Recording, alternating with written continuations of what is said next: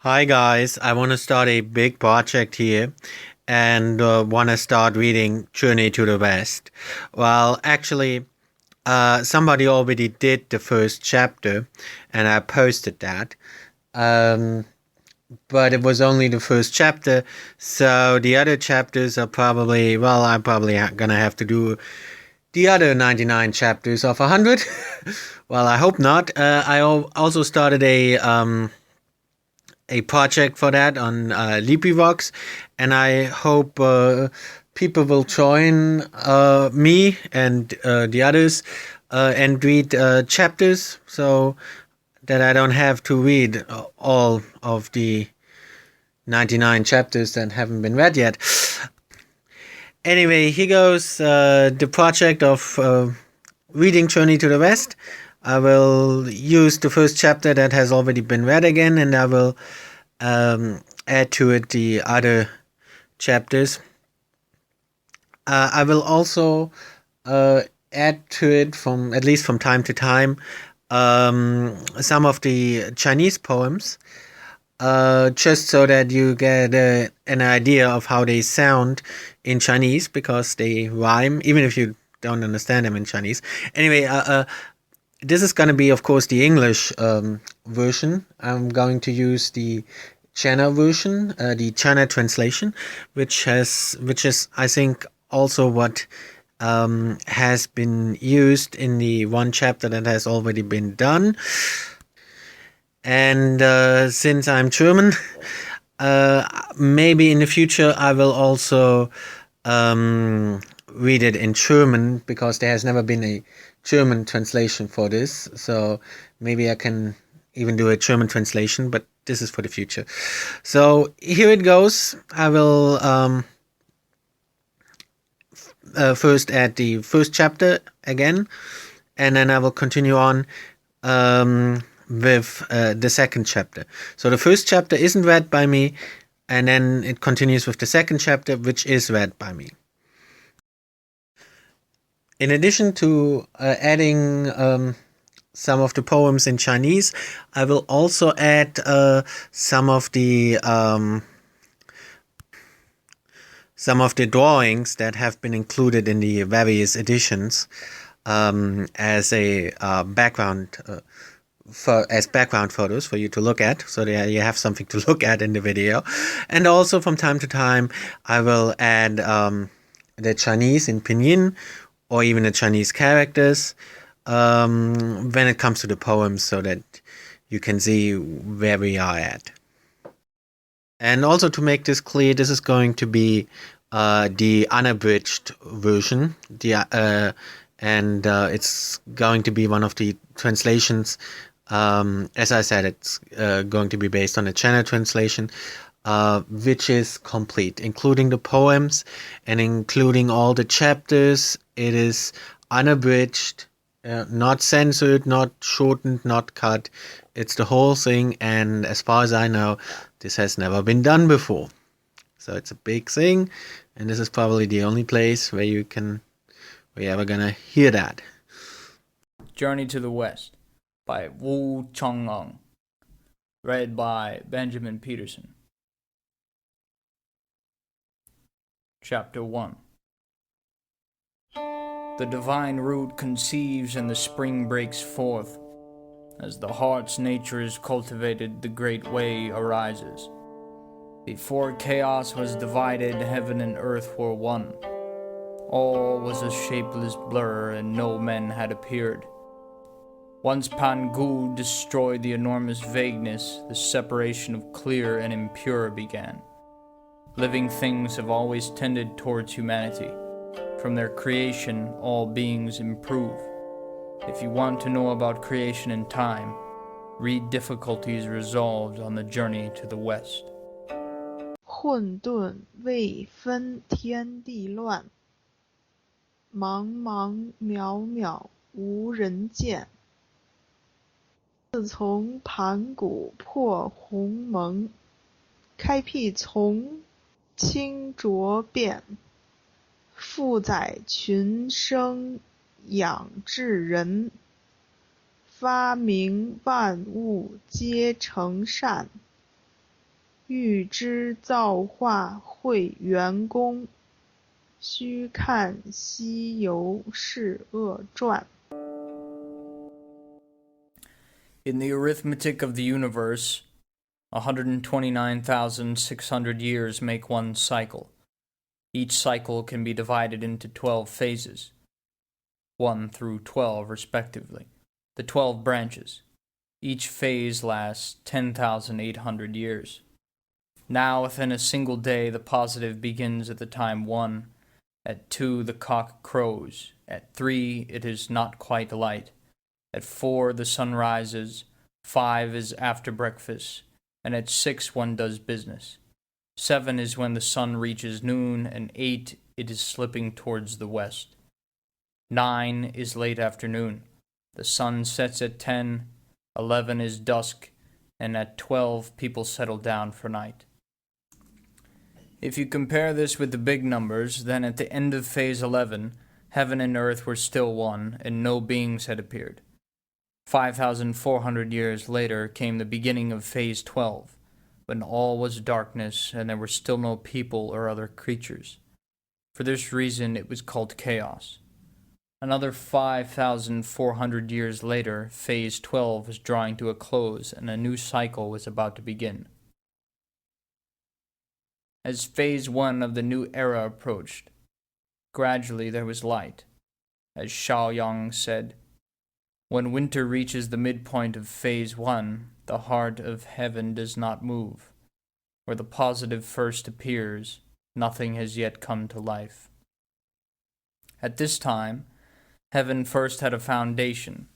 5,400 years later, in the middle of phase 1, the light and pure rose upwards, and sun, moon, stars, and constellations were created.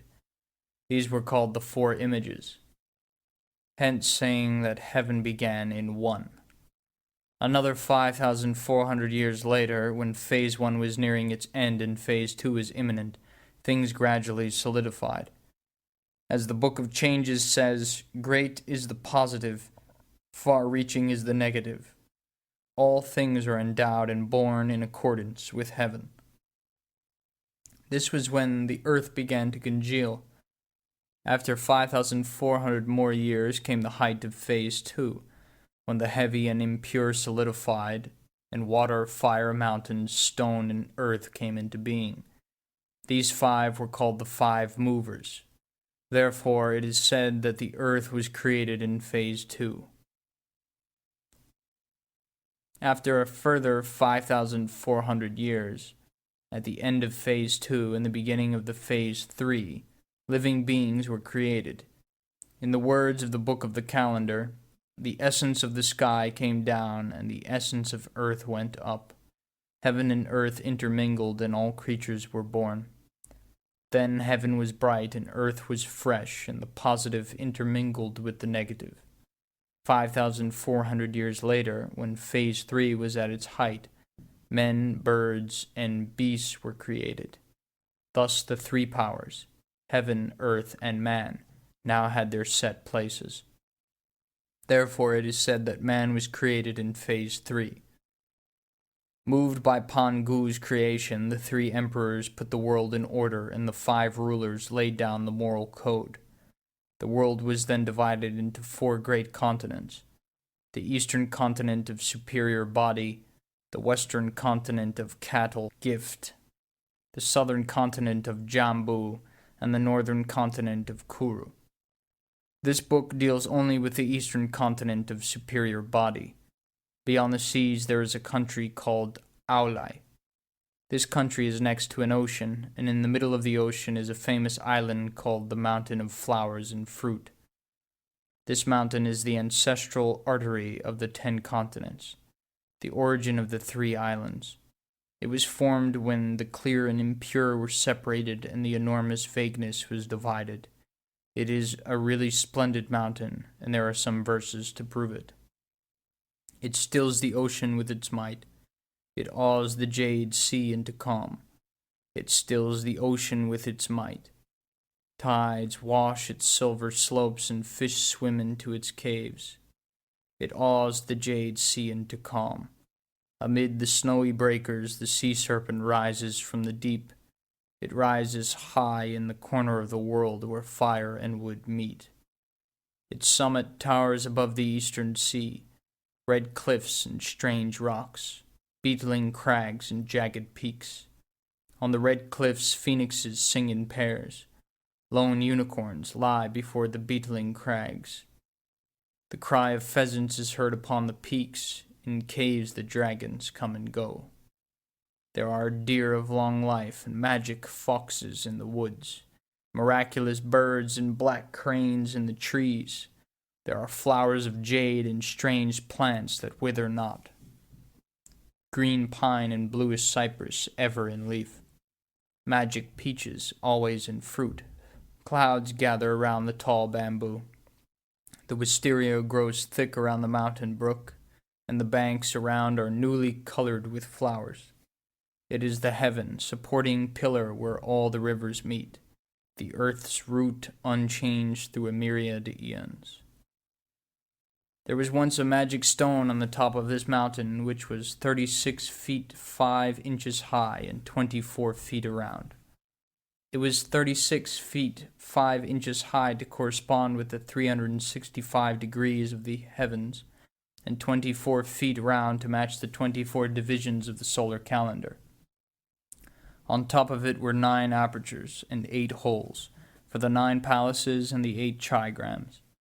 There were no trees around it to give shade, but magic fungus and orchids clung to its sides. Ever since creation began, it had been receiving the truth of heaven, the beauty of earth, the essence of the sun, and the splendor of the moon. As it had been influenced by them for so long, it had miraculous powers. It developed a magic womb, which burst open one day to produce a stone egg about the size of a ball. When the wind blew on this egg, it turned into a stone monkey, complete with the 5 senses and 4 limbs. When the stone monkey had learned to crawl and walk, he bowed to each of the 4 quarters. As his eyes moved, 2 beams of golden light shot towards the pole star palace and startled the supreme heavenly sage, the great, compassionate jade emperor of the azure vault of heaven, who was sitting surrounded by his immortal ministers on his throne in the hall of miraculous mist in the golden gated cloud palace. When he saw the dazzling golden light, he ordered 1,000-mile eye and wind, accompanying ear, to open the southern gate of heaven and take a look. The 2 officers went out through the gate in obedience to the imperial command, and while one observed what was going on, the other listened carefully. Soon afterwards, they reported back. In obedience to the imperial mandate, your subjects observed and listened to the source of the golden light. We found that at the edge of the country of Aulai, which is east of the ocean belonging to the eastern continent of superior body, there is an island called the Mountain of Flowers and Fruit.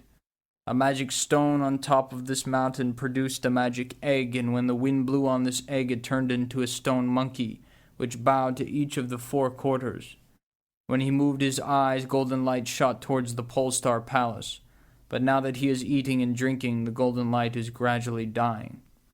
In his benevolence and mercy, the Jade Emperor said, Creatures down below are born of the essence of heaven and earth. There is nothing remarkable about him.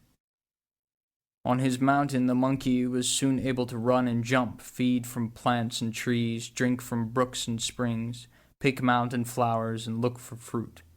He made friends with the wolves, went round with the tigers and leopards, was on good terms with the deer, and had the other monkeys and apes for relations. At night he slept under the rock faces, and he roamed around the peaks and caves by day. As the saying so rightly goes, there is no calendar in the mountains, and when winter's over, you don't know the time of year. On hot mornings, he and all the other monkeys would play under the shade of some pines to avoid the heat. Just look at them all.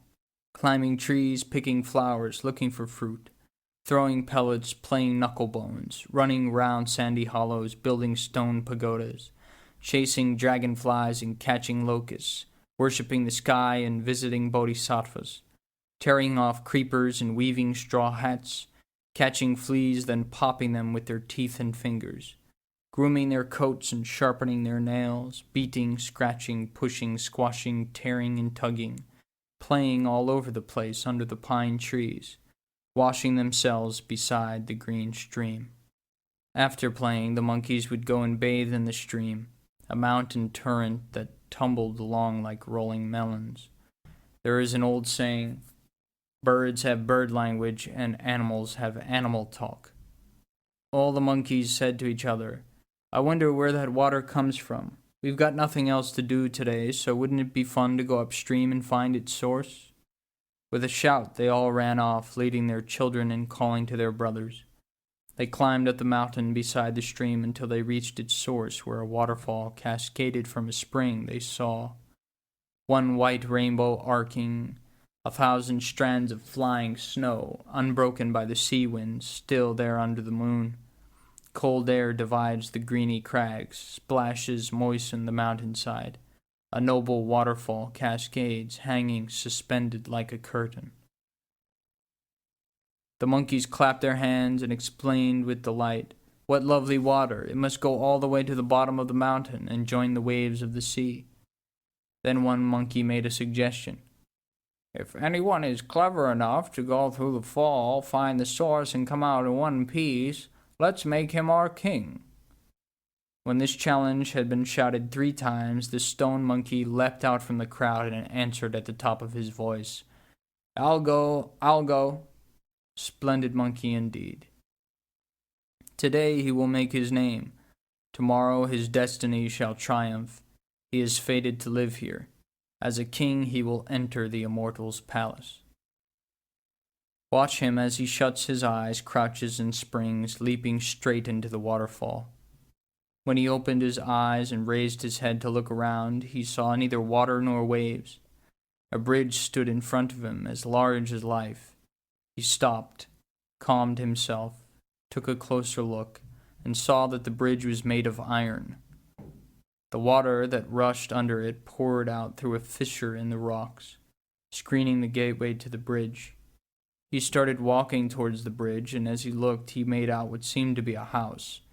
It was really a good place. He saw emerald moss piled up in heaps of blue, white clouds like drifting jade, while the light flickered among wisps of colored mist.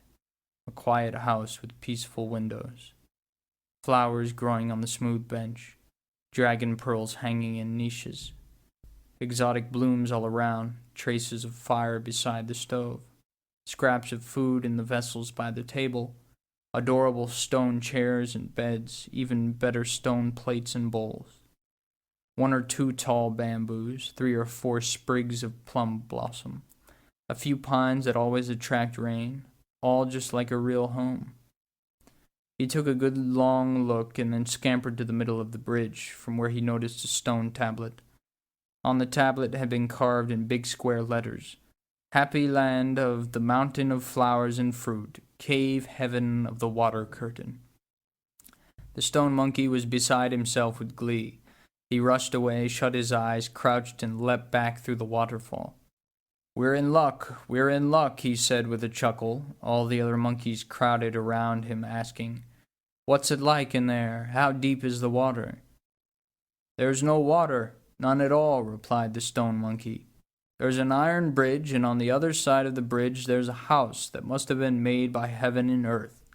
How ever could you see a house there? The other monkeys asked. The stone monkey chuckled again. The water here comes under the bridge and through the rocks, and it hides the gateway to the bridge from view.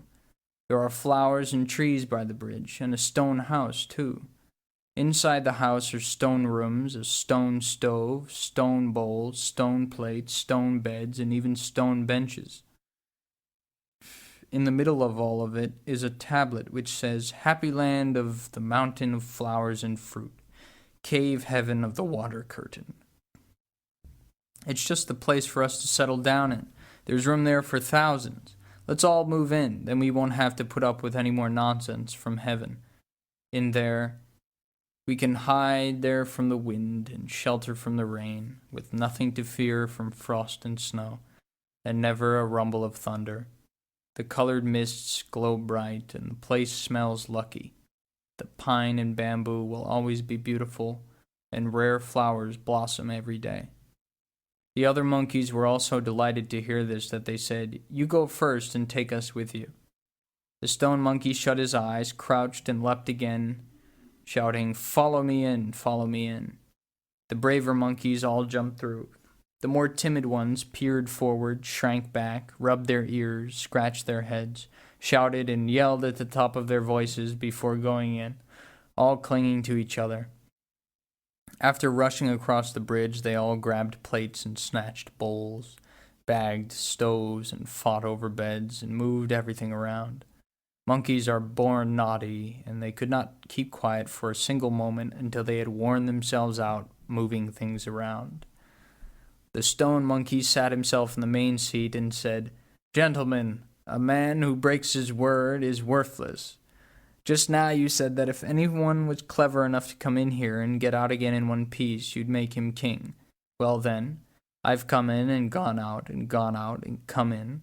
I've found you gentlemen a cave heaven where you can sleep in peace and all settle down to live in bliss. Why haven't you made me king?" On hearing this, all the monkeys bowed and prostrated themselves, not daring to disobey. They lined up in groups to order of age and paid their homage as at court, all acclaiming him as the great king of 1,000 years. The stone monkey then took the throne, made the word stone taboo, and called himself Handsome Monkey King.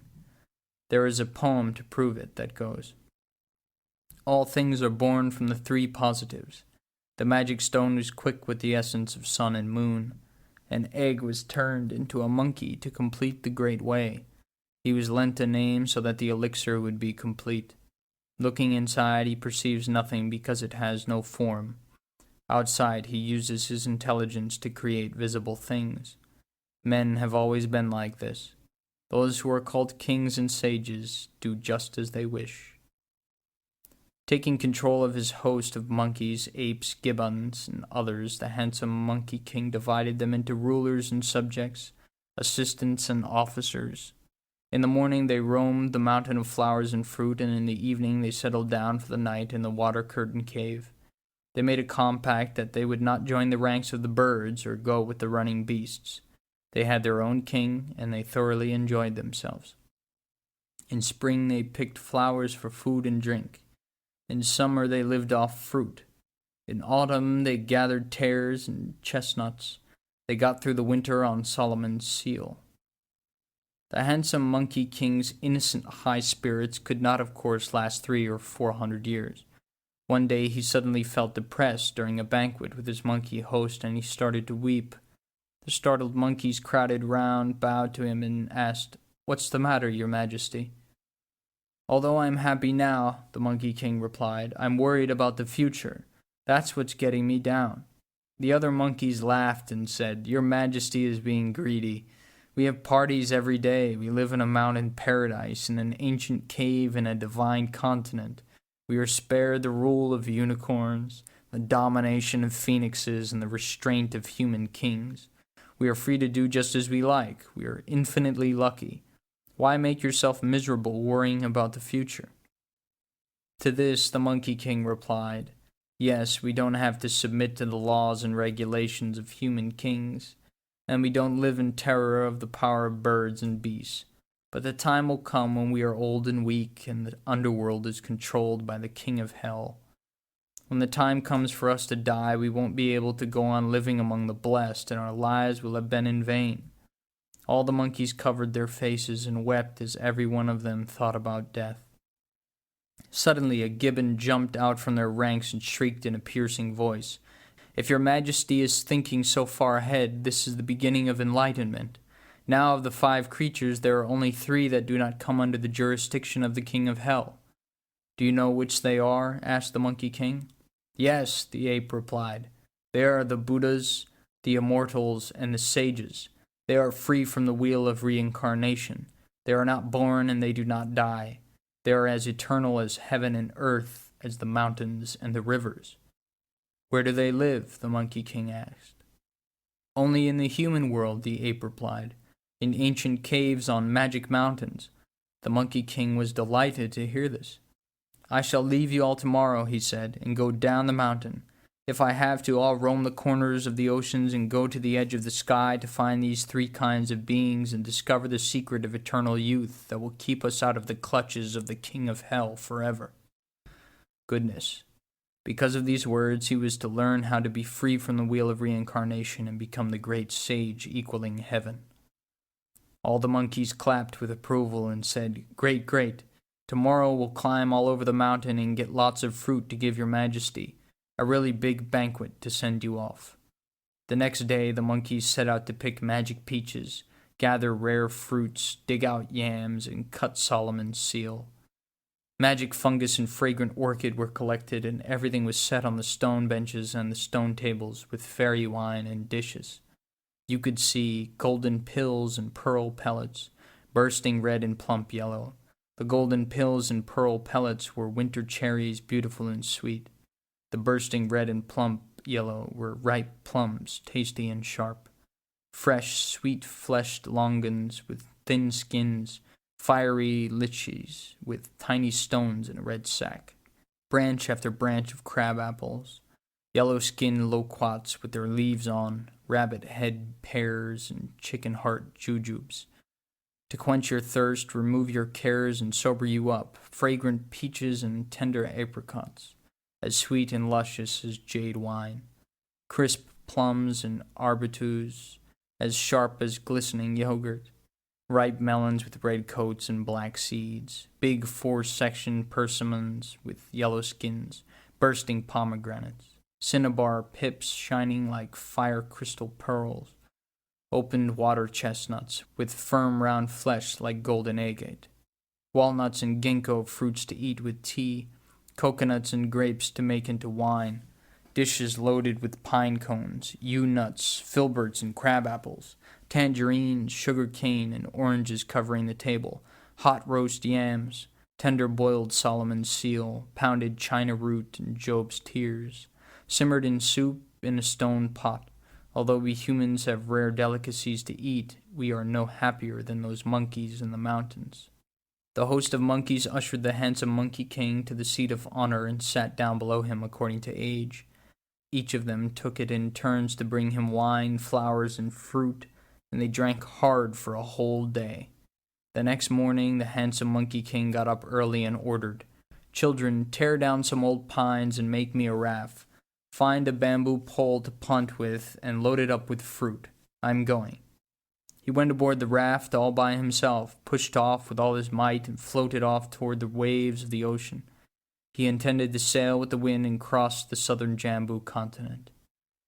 The heaven-born monkey, whose conduct was so noble, left his island to drift with heaven's winds. He sailed oceans and seas to find the way of immortality. Deeply determined to do a great deed, the predestined one should not have vulgar longings. He can attain the primal truth without care or worry. He is bound to find a kindred spirit, to explain the origins and the laws of nature. He had chosen just the right time for his journey. After he boarded his raft, the southeasterly wind blew hard for days on end and bore him to the northwestern shore of the southern continent.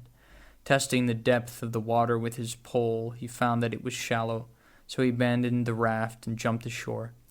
He saw humans by the coast fishing, hunting geese, gathering clams, and extracting salt. He went up to them, leaping around and making faces, which so scared them that they dropped their baskets and nets and fled in all directions as fast as they could. The Monkey King grabbed one of them, who was a poor runner, stripped him of his clothes, and dressed himself in them like a human. He swaggered through the provinces and prefectures, learning human behavior and human speech in the marketplaces. Whether he was eating his breakfast or going to bed at night, he was always asking about Buddhas, immortals, and sages, and seeking the secret of eternal youth. He observed that the people of the world were too concerned with fame and fortune to be interested in their fates.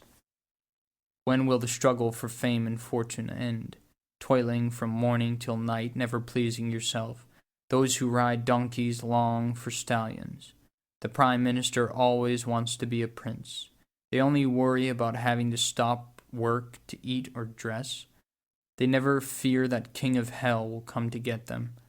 When trying to ensure their sons and grandsons inherit their wealth and power, they have no time to stop and think. Although he asked about the way of the immortals, the Monkey King was unable to meet one. He spent 8 or 9 years in the southern Jambu continent, going through its great walls and visiting its little counties.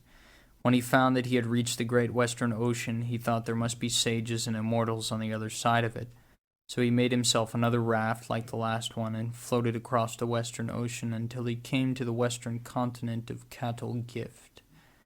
He went ashore and made extensive and lengthy inquiries until one day he came upon a high and beautiful mountain, thickly forested on its lower slopes. Not fearing wolves and undaunted by tigers or leopards, he climbed to the summit to see the view. It was indeed a fine mountain. 1,000 peaks brandishing halberds, screens 10,000 measures tall. In the sunlight the mountain haze is lightly touched with blue. After the rain the black rocks look coldly green, withered creepers coil around ancient trees, and the old ford marks the bounds of the mysterious. Strange flowers and precious plants, flourishing in all 4 seasons, rivaling fairyland, the nearby cry of a hidden bird, the clear running of a spring, valley upon valley of mushroom and orchid. Lichen grows all over the cliffs. The range rises and dips in dragon-like majesty. Surely there must be lofty hermits here. As he was looking at the view, the Monkey King heard a human voice coming from the depth of the forest. He rushed into the trees, and when he cocked his ear to listen, he heard a song. Watching the chess game, I cut through the rotten, felling trees, ding, ding. Strolling at the edge of the cloud in the mouth of the valley, I saw firewood to buy wine. Cackling with laughter, perfectly happy, I pillow myself on a pine root, looking up at the moon.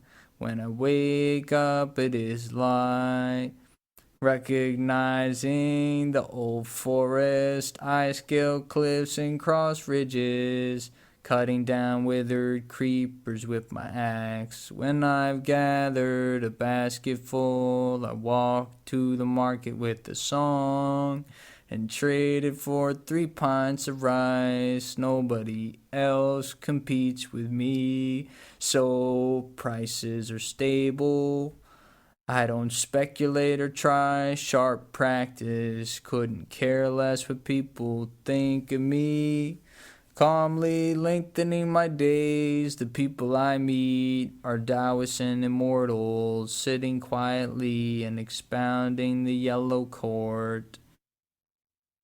The Monkey King was overjoyed to hear this, and he said with glee, "So this is where the immortals have been hiding." He bounded deeper into the woods for a closer look and saw the singer was a woodcutter cutting firewood. He was wearing the most unusual clothes. On his head he wore a hat woven from the first skin shed by new bamboo shoots. The clothes on his body were made of yam from the wild cotton tree. The belt round his waist was of silk from an old silkworm. The straw sandals under his feet had straps torn from rotten sago trees.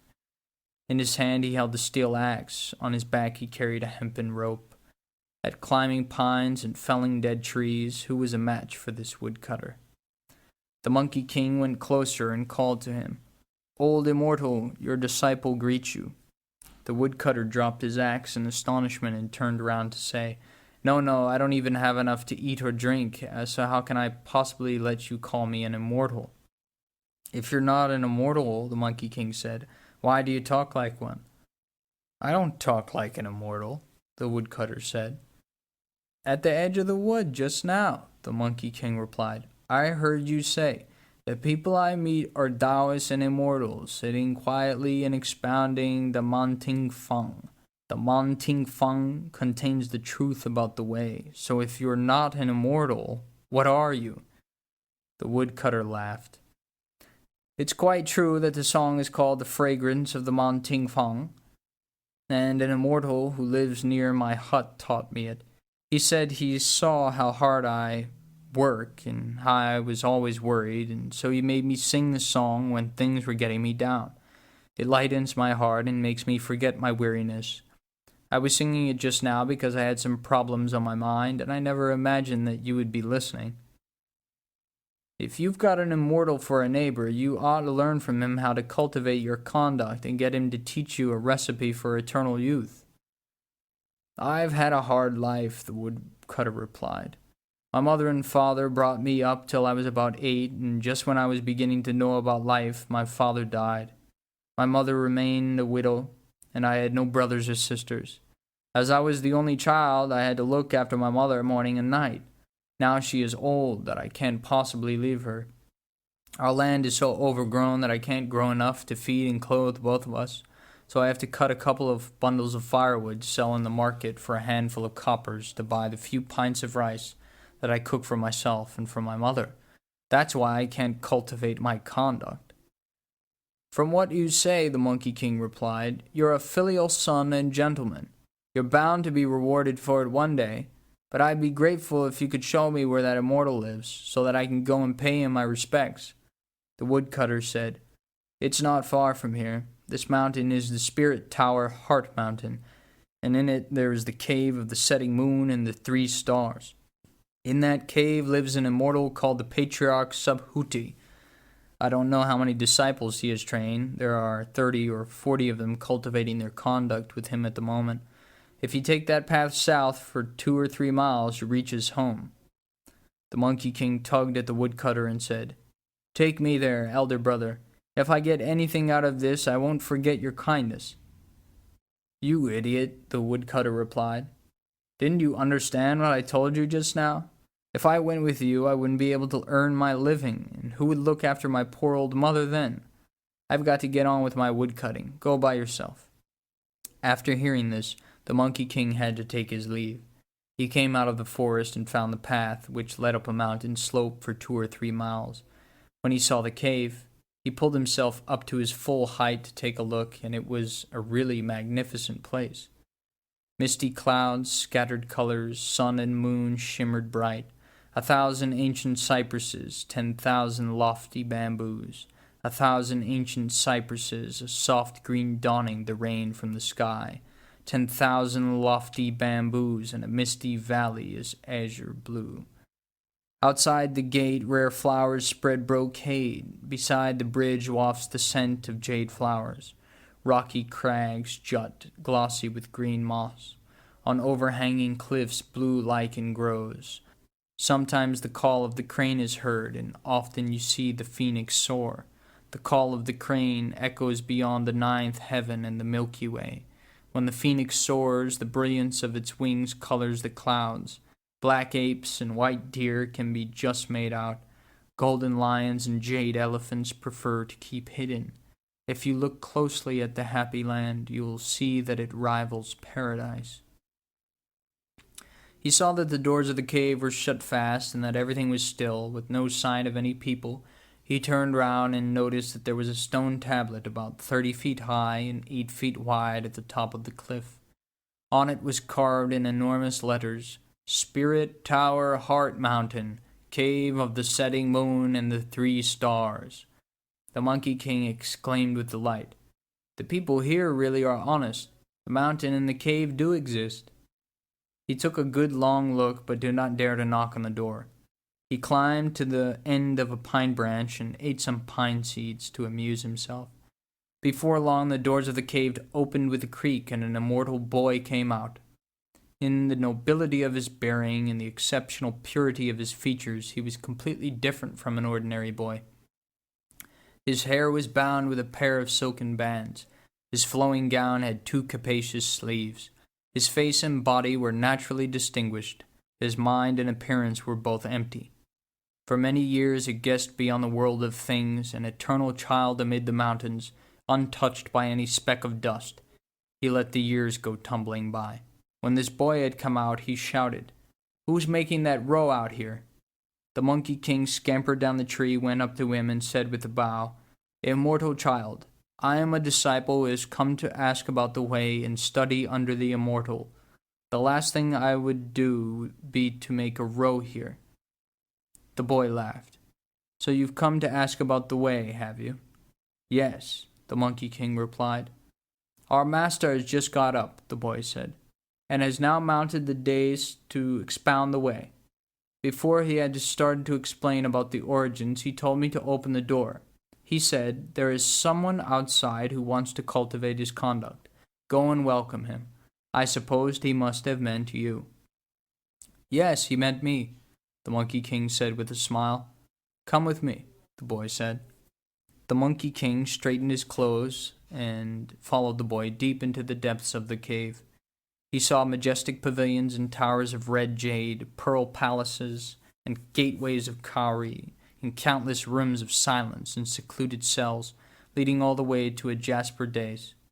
He saw the patriarch Subhuti sitting on the dais and 36 minor immortals standing below it. A golden immortal of great enlightenment, free from filth, Subhuti, the marvel of the Western world. Neither dying nor born, he practices the triple meditation, his spirit and soul entirely benevolent. In empty detachment he follows the changes. Having found his true nature, he lets it run free. As eternal as heaven and majestic in body, the great teacher of the law is enlightened through eons. As soon as the handsome Monkey King saw him, he bowed low and knocked his head on the ground before him many times, saying, Master, Master, your disciple pays his deepest respects. Where are you from? The patriarch asked. You must tell me your name and address before you can become my pupil. I come from the water curtain cave in the flowers and fruit mountain in the land of Aulai in the eastern continent of superior body, replied the Monkey King. Throw him out, the patriarch roared. He's a liar and a cheat, and even if he tried cultivating his conduct, it would get him nowhere. The Monkey King desperately kept hitting his head on the ground and said, Your disciple has spoken the truth. I promise I wasn't lying. The patriarch asked, If you were speaking the truth, why did you say that you came from the eastern continent of superior body? Between here and the eastern continent there are 2 seas, and the southern Jambu continent. So how could you possibly have come here from there? The Monkey King, still kowtowing, replied, I sailed across the oceans and seas, crossed frontiers and wandered through many countries for over 10 years before I arrived here. So you came here by stages, the patriarch remarked. What is your surname? I am not surly, the Monkey King replied. If people call me names, it doesn't bother me, and if they hit me, I don't get angry. I'm just polite to them, and that's that. I've never been surly. I didn't ask if you were surly.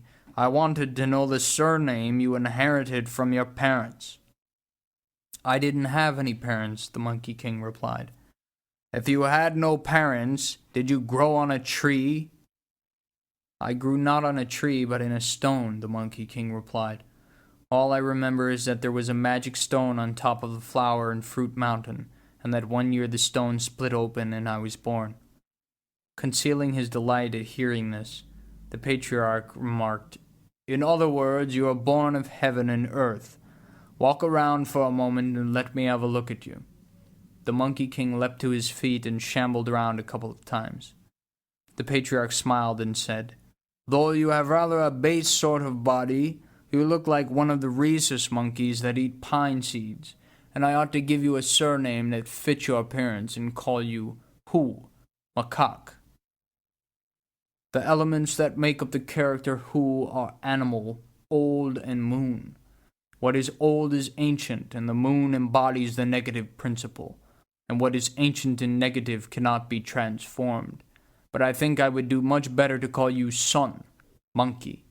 Apart from the animal element, the character Sun has one part implying male, and one part suggesting a baby, which fits in with my basic theories about children. Your surname will be Sun. When the Monkey King heard this, he kowtowed with delight and said, Great, great, now I have a surname. I'm eternally grateful to you for your mercy and compassion, Master. I beg you to give me a personal name to go with my new surname. Then it will be much easier to address me. There are 12 words within my sect, said the patriarch, which I give as names. You belong to the 10th generation of my disciples. What are these 12 words? Asked the Monkey King. Broad, great, wisdom, intelligence, true, likeness, nature, see, bright, awakened, complete, and enlightenment. If we work out the generations of disciples, then you should have a name with Wu, awakened, in it. So we can give you the Dharma name Sun Wukong, which means monkey awakened to emptiness. Will that do? Marvelous, marvelous, said the smiling Monkey King. From now on, my name will be Sun Wukong. Indeed, when the great vagueness was separated, there were no surnames. To smash foolish emptiness, he had to be awakened to emptiness. If you want to know what success he had in cultivating his conduct, you must listen to the explanation in the next installment.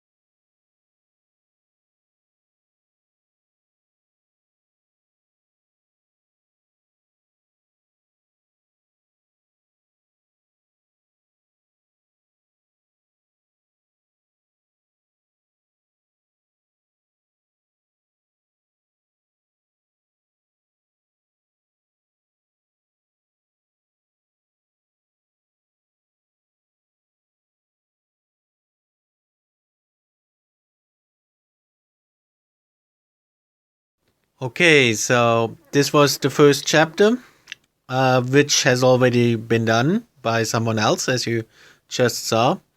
Now comes the second chapter, read by me. I'm not going to use my real name for this, so I'm just going to use my name on here, so otherwise you wouldn't really know who I am. So here comes the second chapter, read by Emmanuel Goldstein, which is my nickname for now, okay? So here we go. He becomes aware of the wonderful truth of enlightenment. By killing the demon, he realizes his spirit nature. The story goes on to tell how, after being given a name, the handsome Monkey King jumped for joy and bowed to Subhuti to express his thanks. The patriarch then ordered the others to take Sun Wukong out through the double doors and teach him how to sprinkle and sweep the floor. Answer orders and deport himself properly. All the immortals went out in obedience to his command. When Sun Wukong was outside the doors, he bowed to all his spiritual elder brothers and laid out his bed on the veranda. The next morning and every following day, he studied language and deportment under his spiritual elder brothers, expounded the scriptures, discussed the way, practiced calligraphy, and burnt incense. When he had any spare time, he would sweep the grounds, dig the vegetable patch, grow flowers, tend trees, look for kindling, light the fire, carry water, and fetch soy. Everything he needed was provided. Thus 6 or 7 years slipped by in the cave without his noticing them.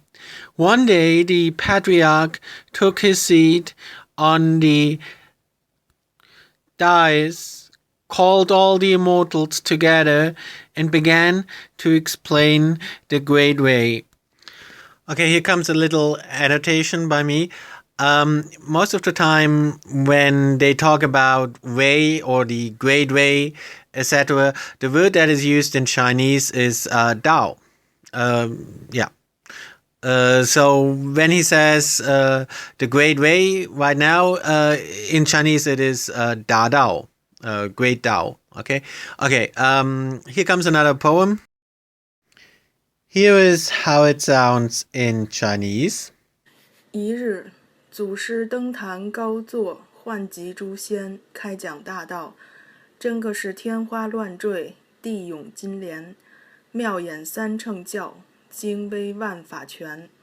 慢摇尘尾喷珠玉，响震雷霆动九天。说一会儿道，讲一会儿禅，三家配合本如然。开明一字归成理，指引无声了性玄。 And here is the English translation.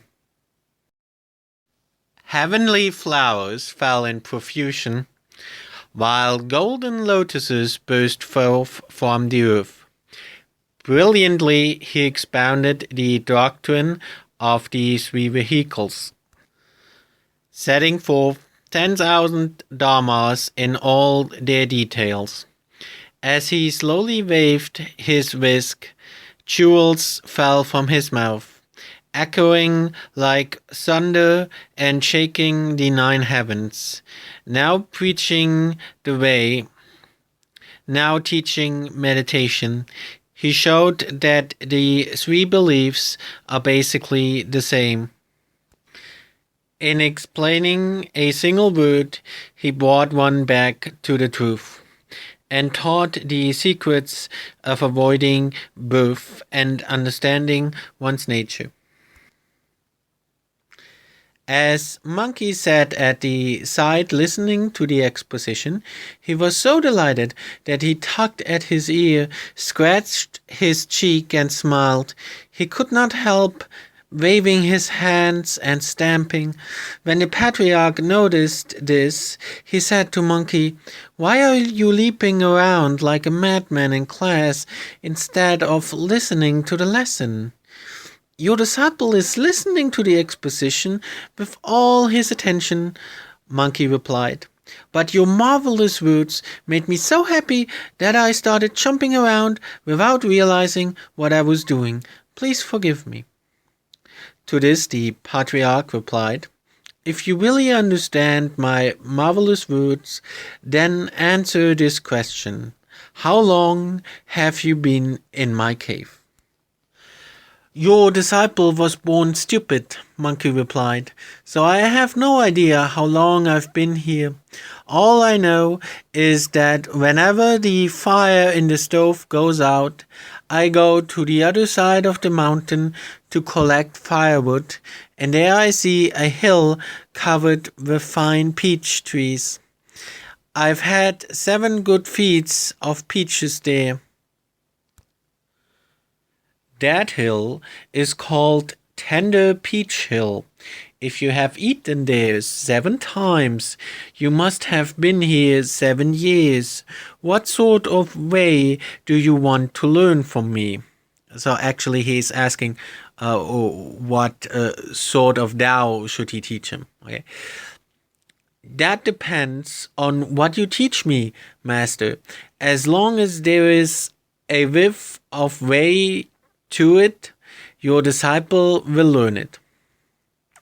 There are 360 side entrances to the way, to the Tao, and they all lead to a true result," the patriarch said.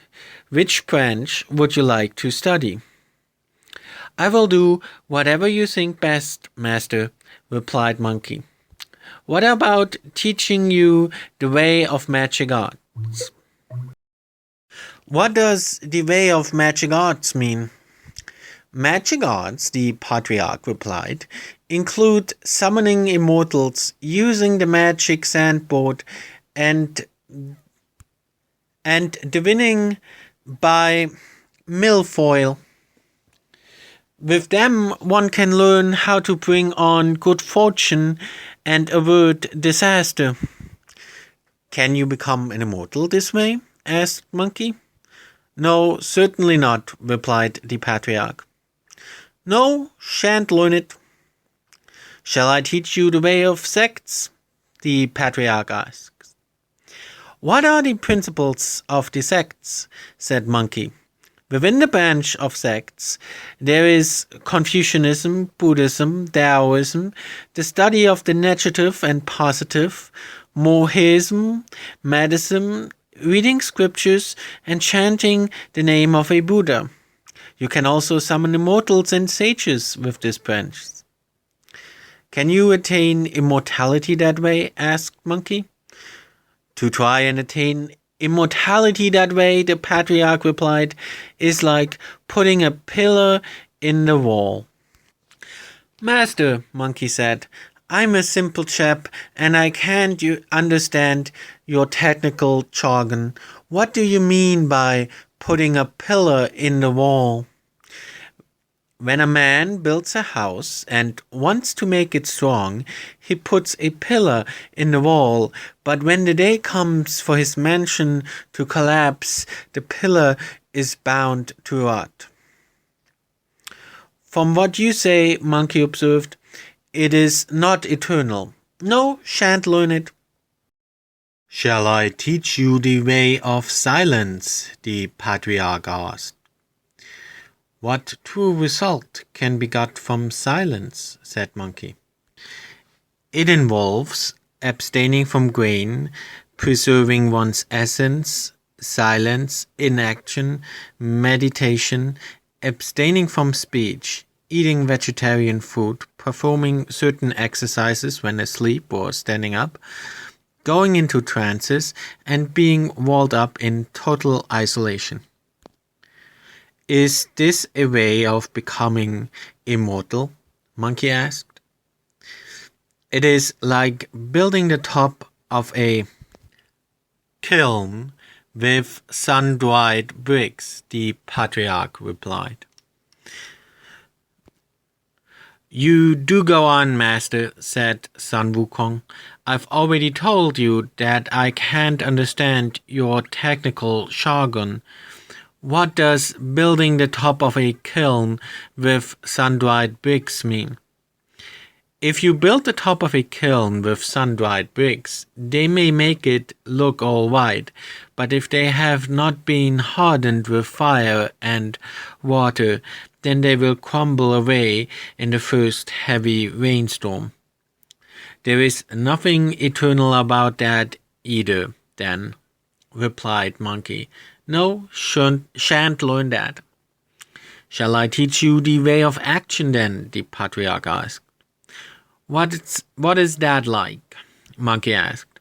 It involves acting and doing, extracting the negative and building up the positive, drawing the bow and loading the crossbow, rubbing the navel to make the subtle humors flow, refining elixirs according to formula, lighting fires under cauldrons, consuming red lead, purifying autumn stone, and drinking women's milk. Can doing things like that make me live forever? Monkey asked. To try and attain immortality that way is like lifting the moon out of water. What does lifting the moon out of water mean? The moon is in the sky, the patriarch replied, and only its reflection is in the water. Although you can see it there, you will try in vain to lift it out. No, shan't learn that, Monkey exclaimed. When the patriarch heard this, he gasped and climbed down from his dais. Pointing at Sun Wukong with his cane, he said, You won't study this and you won't study that, so what do you want, you monkey? He went up to Monkey and hit him 3 times on the head, then went inside with his hands behind his back and shut the main door, abandoning them all. The class was shocked, and they all blamed Sun Wukong. "You cheeky ape, you have no idea how to behave. The master was teaching you the way, so why did you have to argue with him instead of learning from him? Now you've offended him. We don't know when he'll come out again." They were all very angry with him and regarded him with loathing and contempt. But Sun Wukong was not bothered in the least, and his face was covered with smiles. The Monkey King had understood the riddle and had the answer hidden away in his mind, so he did not argue with the others, but bore it all without a word. When the patriarch hit him 3 times, he had been telling him to pay attention at the 3rd watch, and when he went inside with his hands behind his back and shut the main door, he had told the Monkey King to go in through the back door and be taught the way in secret. The delighted Sun Wukong spent the rest of that day with the others in front of the 3 Stars cave, looking at the sky and impatient for night to come. At dusk he went to bed, like all the others, pretended to close his eyes, controlled his breathing, and calmed himself down.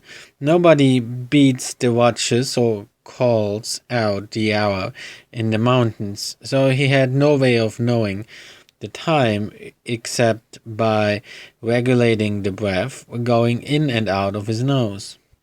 When he reckoned that it was about the 3rd watch, he got up very quietly, dressed, and slipped out through the front door, away from the others.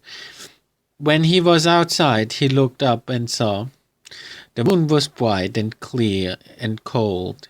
The vast space of 8 points was free from dust. Deep in the trees a bird slept hidden, while the water flowed from the spring.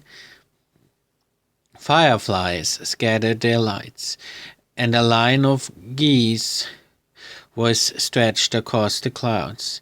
It was exactly the 3rd watch, the right time to ask about the way. Watch the Monkey King as he follows the old path to the back door, which he found to be ajar. The patriarch has left the door open, so he really intends to teach me the way, he exclaimed in delight. He tiptoed toward, went in sideways through the door, and walked over to the patriarch's bed, where he saw the patriarch sleeping curled up, facing the inside of the room. Not daring to disturb him, Sun Wukong knelt in front of the bed. Before long, the patriarch woke up, stretched out both his legs, and mumbled to himself, "It's hard, hard, hard. The way is very obscure. Don't make light of the gold and the cinnabar to teach miraculous spells to any but the perfect man is to tire the voice and dry the tongue in vain." Sun Wukong said in reply, "Master, your disciple has been kneeling here for a long time." When the patriarch heard that it was Sun Wukong who was speaking, he pulled some clothes on, sat up cross-legged, and shouted, "It's that monkey. Why have you come into my room instead of sleeping out in front? Master, you told me publicly in front of the altar yesterday that your disciple was to come in here through the back gate at the 3rd watch, as you were going to teach me the way. That is why I made so bold as to come to pay my respects beside my master's bed." The patriarch was very pleased to hear this and said to himself, "This wretch was indeed born of heaven and earth, otherwise he wouldn't have been able to understand my cryptic message. Sun Wukong said, "There is no third pair of ears in this room. Your disciple is the only other person here. I hope, Master, that in your great mercy you will teach me the way of immortality. If you do, I'll always be grateful to you." "You are predestined," the patriarch said, "so I shall be happy to tell you. Since you understood my cryptic message, come over here and listen carefully while I teach you the miraculous way of immortality." Sun Wukong called out with gratitude and knelt before the bed, listening with all his attention. The patriarch said, "Two spells revealing secrets and all-powerful are the only sure way of protecting one's life. They all come from essence, vapor, and spirit, must be stored away securely and never be divulged, must never be divulged and be stored in the body. Then the way I teach you will flourish of itself. Many are the benefits of learning spells. They give protection from evil desires and make one pure with dazzling radiance, like a bright moon shining on a cinnabar tower. The moon contains a jade rabbit, the sun a golden crow. The tortoise and the snake are always intertwined when life is firm, and one can plant golden lotuses in fire, grasp all the 5 elements and turn them upside down, and when you are successful, you can become a Buddha or an immortal."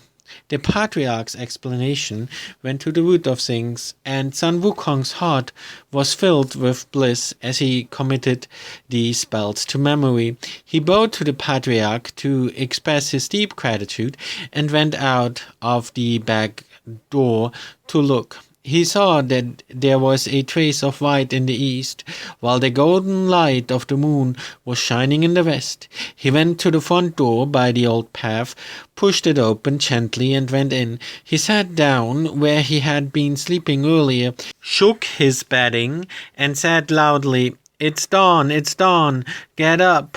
The others were all asleep, unaware of Sun Wukong's good fortune. At daybreak he got up and muddled through the day, while secretly keeping to what he had been told. In the afternoon and evening he regulated his breathing. After 3 years had passed in this way, the patriarch once more sat on his lecturing throne and expounded the Dharma to the students. He recounted famous sayings and parables and discussed external phenomena and external appearances. Without warning, he asked, "Where is Sun Wukong?" Sun Wukong went forward, knelt down, and replied, "Your disciple is present." "What way have you cultivated since coming here?" "Your disciple is now fairly well conversant with the Dharma," Sun Wukong replied, "and my source is getting gradually stronger." "If you are conversant with the Dharma and you know about the source," the patriarch replied, "and if the spirit has already flowed into you, then you must beware of the 3 disasters." Sun Wukong thought for a long time.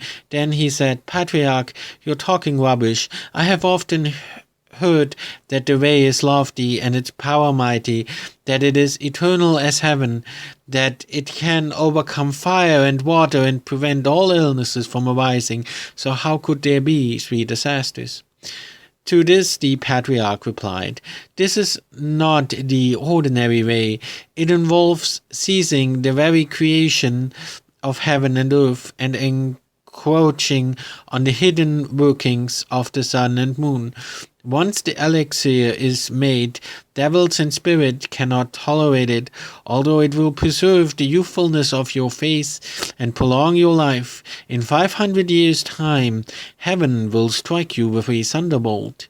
You must be clear-sighted in nature and mind so that you can hide from it before it comes. If you succeed in avoiding it, you will live as long as heaven, and if you don't, it will kill you. Another 500 years later, heaven will burn you with fire this fire will be not heavenly fire or ordinary fire, but hidden fire.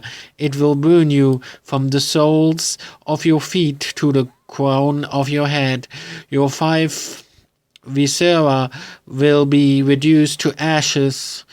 Your 4 limbs will be destroyed, and 1,000 years of asceticism will have been so much wasted time. Yet another 500 years later, a wind will blow at you. It will not be the north, south, east, or west wind, nor will it be a warm, fragrant wind from the northwest, nor will it be the kind of wind that blows among flowers, willows, pine, and bamboo. It will be what is called a monster wind. It will blow through the crown of your head, down into your 6 entrails. It will go through the cinnabar field below your navel and penetrate your 9 orifices. Your flesh and your bones will be destroyed, and your body will disintegrate. So you must avoid all 3 of these disasters. When he heard this, Sun Wukong's hair stood on end, and he called out with the words, "I implore you, my lord, to show pity and teach me how to avoid these 3 disasters. If you do, I will be grateful to you forever." "That would be easy," the patriarch replied, "but for the fact that you are different from other people, which means that I can't." I have a head that faces the sky and feet standing on earth, said Sun Wukong. I have 9 orifices and 4 limbs, 5 viscera and 6 entrails. How am I different from anyone else? Although you are quite like other people, your cheeks are too small. Now the monkey had a funny face with cheeks that caved inwards and a sharp chin. Sun Wukong felt it with his hand and replied with a laugh, "Master, you didn't take everything into account. Although I'm a bit short of jaw, I've got more dewlap than other people to make up for it." "Very well then," the patriarch said. "Which would you prefer to learn? The 6 heavenly transformations or the 72 earthly ones? Your disciple wants to get as much out of it as he can, so I would like to learn the 72 earthly ones." "If that's what you want," the patriarch replied, "come here and I'll teach you the spells." Thereupon he whispered into Sun Wukong's ear, and who knows what miraculous spells he taught him. The Monkey King was the sort of person who understands everything once he is told a tiny part, and he learned these spells on the spot. He practiced and trained until he had mastered all 72 transformations. One day, the patriarch and all his disciples were enjoying the sunset outside the 3 Stars cave. The patriarch asked Sun Wukong, "Have you succeeded yet?" Sun Wukong replied, "Thanks to your infinite mercy, Master, your disciples' results have been perfect, and I can now rise on the clouds and fly." "Let me see you try flight," the patriarch said. Sun Wukong used his skill to perform a series of somersaults that carried him 50 or 60 feet into the air, then walked around on the clouds for about as long as it takes to eat a meal. He covered about a mile altogether before landing in front of the patriarch, folding his arms across his chest and saying, "Master, that's flying and soaring in the clouds." The patriarch laughed. "That's not soaring on the clouds, it's just climbing up them. There is an old saying that an immortal visits the northern sea in the morning and Changwu in the evening, but to take as long as you did just to go a mile doesn't count as climbing on the clouds. How can it be possible to visit the northern sea in the morning and Changwu in the evening?" Sun Wukong asked. All cloud soarers start off from the northern sea early in the morning, visit the eastern, western, and southern seas, and then come back to Changwu. Changwu is what the northern sea is called in the Lingling language. When you can go beyond all four seas in a single day, you can regard yourself as a cloud soarer. But that must be very difficult, Sun Wukong observed. Where there is a will, there is a way, the patriarch replied. Nothing by halves, master, replied Sun Wukong with bows and kowtows. I beg of you, in your great mercy, to teach me the art of cloud soaring. I promise that I will always be grateful. Immortals take off with a stamp of their feet, said the patriarch, but you do it differently. Just now I saw you pull yourself up. As that is the way you do it, I'll show you how to do it your own way and teach you the somersault cloud. Sun Wukong bowed again, imploring him to do so, and the patriarch taught him the spell. For this kind of cloud, the patriarch said, you make the magic by clasping your hands in the special way, recite the words of the spell, clench your fist, shake yourself, and jump. With one somersault you can go 60,000 miles. When the others heard this, they all exclaimed with a laugh, lucky old Sun Wukong. With magic like this, he could be a messenger delivering official letters and reports, and he'd never go short of a meal. When it was dark, the patriarch and his pupils returned to the cave. That night, Sun Wukong moved his spirit, practiced the technique, and mastered the cloud somersault. From then on, he was free from all restraint, and he enjoyed the delights of immortality, drifting around as he pleased. On a day when spring was giving way to summer, and all the students had been sitting under some pine trees, listening to lectures for a long time, they said, Sun Wukong, in what life did you learn your present destiny? The other day your teacher whispered to you how to do transformations to avoid the three disasters. Can you do them all yet? It's true, brothers, said Sun Wukong with a grin. I can do them all. In the first place, it's because our master taught me, and in the second place, it's because I practiced them hard day and night. This would be a good time for you to give us a demonstration. At this suggestion, Sun Wukong raised his spirit to show off his skill. What's it to be, brothers? Tell me what you'd like me to turn myself into. Turn into a pine tree, they all said. Sun Wukong clenched his fist, said the magic words, shook himself, and changed into a pine tree.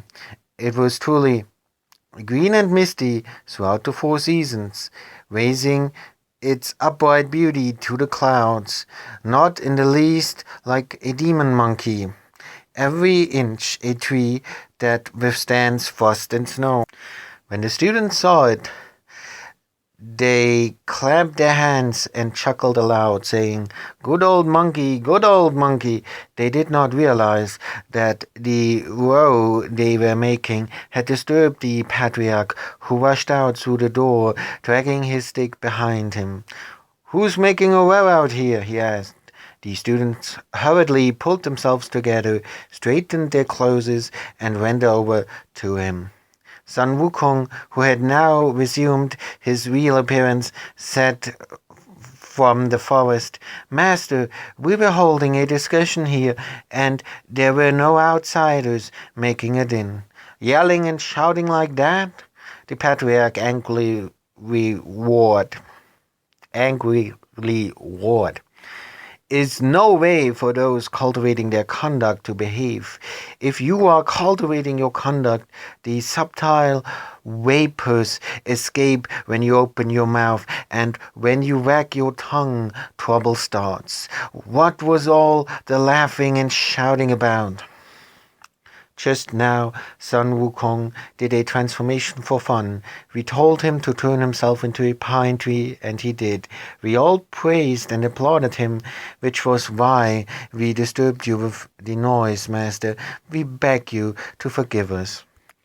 The patriarch sent them all away except for Sun Wukong, to whom he said, "Come here.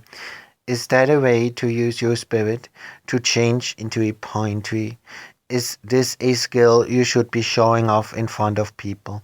If you saw somebody else doing that, wouldn't you ask him to teach you? If other people see you doing it, they're bound to ask you to teach them, and if you want to keep out of trouble, you have to do so, otherwise they may do you harm, and then your life will be in danger." Sun Wukong kowtowed and said, "Please forgive me, master. I shan't punish you," the patriarch replied, "but you'll have to go." Sun Wukong's eyes filled with tears. "Master, where am I to go?" "Go back to where you came from." Sun Wukong had a sudden awakening, and he said, "I came from the water curtain cave on the mountain of flowers and fruit in the country of Aolai in the eastern continent of Superior Body." "If you hurry back there," the patriarch replied, "you will be able to preserve your life. If you stay here, it will be absolutely impossible to do so." Sun Wukong accepted his punishment. "Yes, master," he said, "I've been away from home for 20 years, and I do miss the old days and my children and grandchildren. But when I remember that I have not yet repaid your enormous generosity to me, I can't bring myself to go." "What sort of kindness would you be doing me if you stayed? I'll be happy enough if you keep me out of any disasters you cause." Seeing that there was nothing else for it, Sun Wukong bowed and took leave of him, saying goodbye to all the other students. "Now that you're going," the patriarch said, "I'm sure that your life will not be a good one. Whatever disasters you cause and crimes you commit, I forbid you, under any circumstances, to call yourself my disciple. If you do so much as hint at it, I'll know at once, and I'll tear off your monkey skin, chop up your bones, and banish your soul to the ninth darkness. I wouldn't let you out for 10,000 eons." "I promise never to give away a single letter of your name," said Sun Wukong. "I'll just say that I taught myself." Sun Wukong took his leave and went away, making the spell by clasping his fist. He jumped head over heels, summoned a somersault cloud, and went back to the eastern continent. Within 2 hours, he saw the water curtain cave on a mountain of flowers and fruit. The handsome Monkey King was so pleased that he said to himself, "When I left there, my mortal flesh and bones were heavy, but now I have the way in my body's light. No one in the world has real determination. To the firm will, the hidden becomes clear. When I last crossed the seas, the waves got in my way. But now, on my return, the journey's easy. The parting words still echo in my ears. When will I see the Eastern Ocean again?" Sun Wukong put away his cloud and headed straight to the mountain of flowers and fruit. As he followed the path there, he heard the call of the cranes and the cries of the apes. The crane calls echoed beyond the Milky Way, and the ape cries were pathetically sad. Sun Wukong shouted, "Children, I'm back!"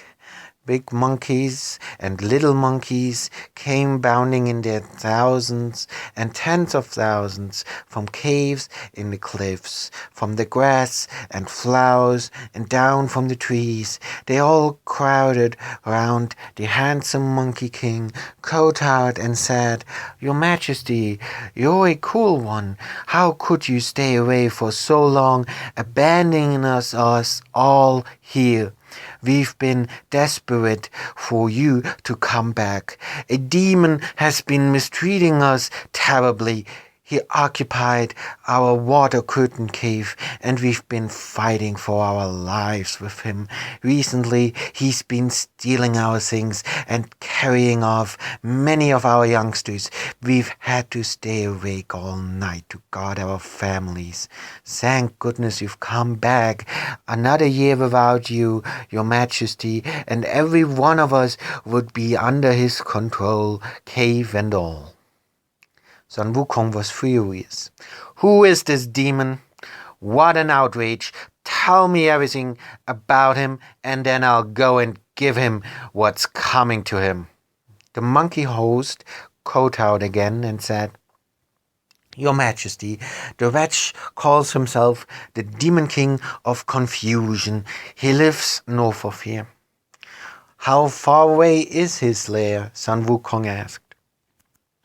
He comes and goes in cloud and mist, with wind and rain, or thunder and lightning, so we don't know how far it is. If that's how it is, Sun Wukong replied, then don't worry, just keep yourselves amused while I go and find him. The splendid Monkey King jumped up into the air, and as he somersaulted towards the north, he saw a high and precipitous mountain. It was a fine sight. Perpendicular peaks jutting straight up, deep sunk winding streams. The perpendicular peaks jutting straight up pierced the sky. The deep sunk winding streams led to the underworld. On pairs of cliffs the plants compete in strangeness. Elsewhere pine rise in greenness with bamboo. To the left are docile dragons. To the right are tame tigers. Iron oxen plowing are a common sight. Golden coins are always sown as seeds. Hidden birds sing beautifully. Red phoenixes stand in the sun, racing over stones. The clear waves twist and behind in a vicious torrent. Many are the famous mountains in the world, and many the flowers that bloom and wither on them. But this scenery is eternal, unchanging through the 4 seasons. It is truly the mountain from which the 3 worlds spring, the cave in the belly of the water that nourishes the 5 elements. As the handsome Monkey King stood gazing in silence at this view, he heard voices. When he went down the mountainside to look, he found the cave in the belly of the water facing the cliff. Several minor demons were dancing around in front of the cave doors, and they ran away as soon as they saw Sun Wukong. Wait a moment, Sun Wukong said. I want you to take a message for me. I am the king of the water curtain cave in a mountain of flowers and fruit that lies due south of here. I've come to find that demon of confusion of yours, or whatever he's called, the one who's been mistreating my children and grandchildren, and have it out with him. The minor demons scuttled into the cave and reported, A disaster, Your Majesty. What do you mean, a disaster? The Demon King asked. There's a monkey outside the cave, the minor demons reported, who says that he's the king of the water curtain cave on the mountain of flowers and fruit. He says that you have been bullying his children and grandchildren, and that he's come specially to find you to have it out with you. The Demon King laughed. Those monkey devils are always going on about a king of theirs who renounced the world to cultivate his conduct. I suppose it must be him who's here now. Did you see how he was dressed, or what weapons he was carrying? He hasn't got any weapons. He's bareheaded, and he's wearing a red gown belted with a yellow silk sash and a pair of black boots. He isn't dressed like a monk or a layman, or an immortal. He's bare-handed and empty-fisted, and he's standing outside the doors yelling. "Bring me my armor and weapons," said the Demon King when he heard this. The minor demons produced them at once, and when he had donned his armor, he went out the door with all the demons, his sword in his hand. "Who is the king of the water curtain cave?" he roared. Sun Wukong took a quick look at him and saw that on his head he wore a dark golden helmet, glistening in the sun. On his body he wore a black silk gown, flapping in the breeze. Below that he wore black metal armor, girt with a leather belt. On his feet he wore patterned boots, as splendid as a field marshal's. His waist was 10 feet round, and his height was 30 cubits. In his hands he held a sword, with gleaming point and edge. He called himself the Demon King of Confusion, and his appearance was truly dazzling. "You insolent demon," shouted the Monkey King. "Your eyes may be big, but you can't see who I am." The Demon King laughed at him. "You don't even stand 4 feet from the ground. You're still in your 20s, and you've got no weapon in your hand. What sort of mad courage makes you challenge me to a fight?" "You insolent demon," retorted Sun Wukong, "how blind you are! You may think I am small, but I can grow easily enough. You may think I am unarmed, but I could pull the moon down from the sky with my 2 hands. Don't worry, old Sun Wukong will suck you one. Sun Wukong gave a jump and leapt into the air, taking a swing at his face. The Demon King put out his hand to stop him and said, "Look how big I am, you dwarf. If you use your fists, I'll use my sword. But I'd only make myself look ridiculous if I killed you with a sword. Wait till I've put my sword down, and then I'll give you a display of boxing." "Well said," exclaimed Sun Wukong, "spoken like a man.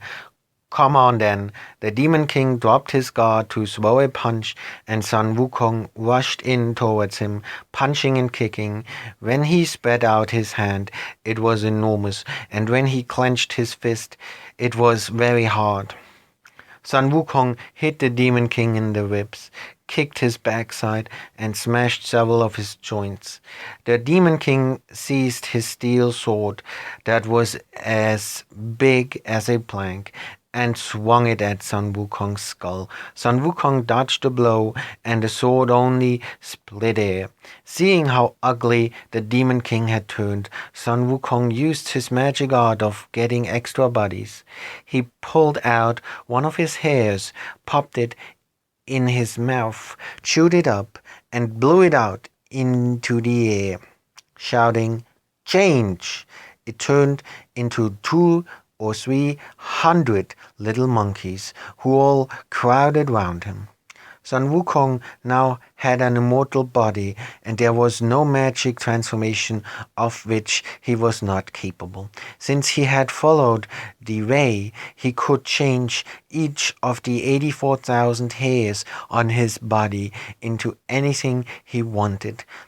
The little monkeys were too quick and nimble for sword or spear. Look at them leaping forwards and jumping backwards, rushing up and surrounding the Demon King, grabbing him, seizing him, poking him in the backside, pulling at his feet, punching him, kicking him, tearing his hair out, scratching at his eyes, twisting his nose, all picking him up together and throwing him to the ground. They went on until they had had beaten him to a pulp, Sun Wukong snatched his sword from him, told the little monkeys to get out of the way, and brought it down on the crown of his head, splitting it into two. Then he led his forces charging into the cave, where they exterminated all the demons, big and small. He shook his hair and put it back on his body. The monkeys who did not go back on his body were the little monkeys the Demon King had carried off from the Water Curtain Cave.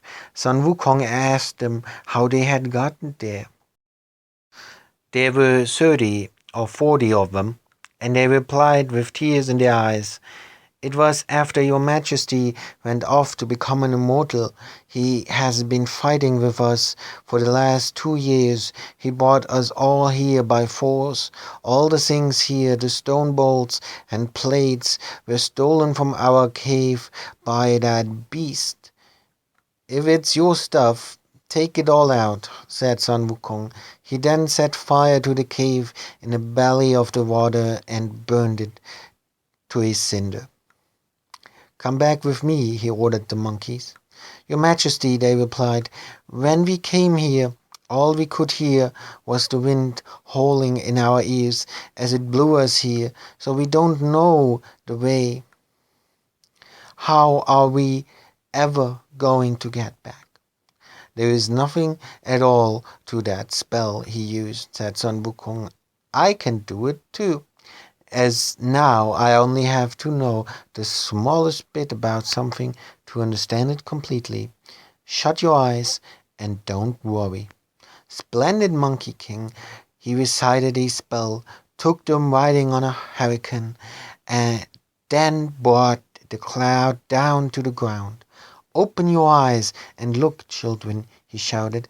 As soon as the monkeys' feet touched the ground, they recognized their home. In their delight, they all ran along the familiar path to the cave, and the monkeys who had stayed in the cave all crowded in as well. They divided themselves into age groups and bowed in homage to the Monkey King. Wine and food was laid out to celebrate, and they asked him how he had defeated the Demon King and saved their children. When Sun Wukong had told them the whole story, the monkeys were full of admiration. "Where did you learn such arts, your Majesty?" they asked instantly. "When I left you," Sun Wukong replied, "I followed the waves and the currents and drifted across the eastern ocean to the southern Jambu continent. Here I taught myself to take human form and to wear these clothes and boots. I swaggered around for 8 or 9 years, but I never found the way. So I sailed across the western ocean to the western continent of Cattle Gift. After long inquiries, I was lucky enough to meet a venerable immortal who taught me the true result, which makes me as immortal as heaven and the great Dharma gate to eternal youth." The monkeys all congratulated him and exclaimed that his like could not be found in a billion years. Sun Wukong laughed and said, "Children, we should congratulate ourselves on having a surname." "What is your Majesty's surname?" the monkey masses asked. "My surname is now Sun, and my Buddhist name is Wukong."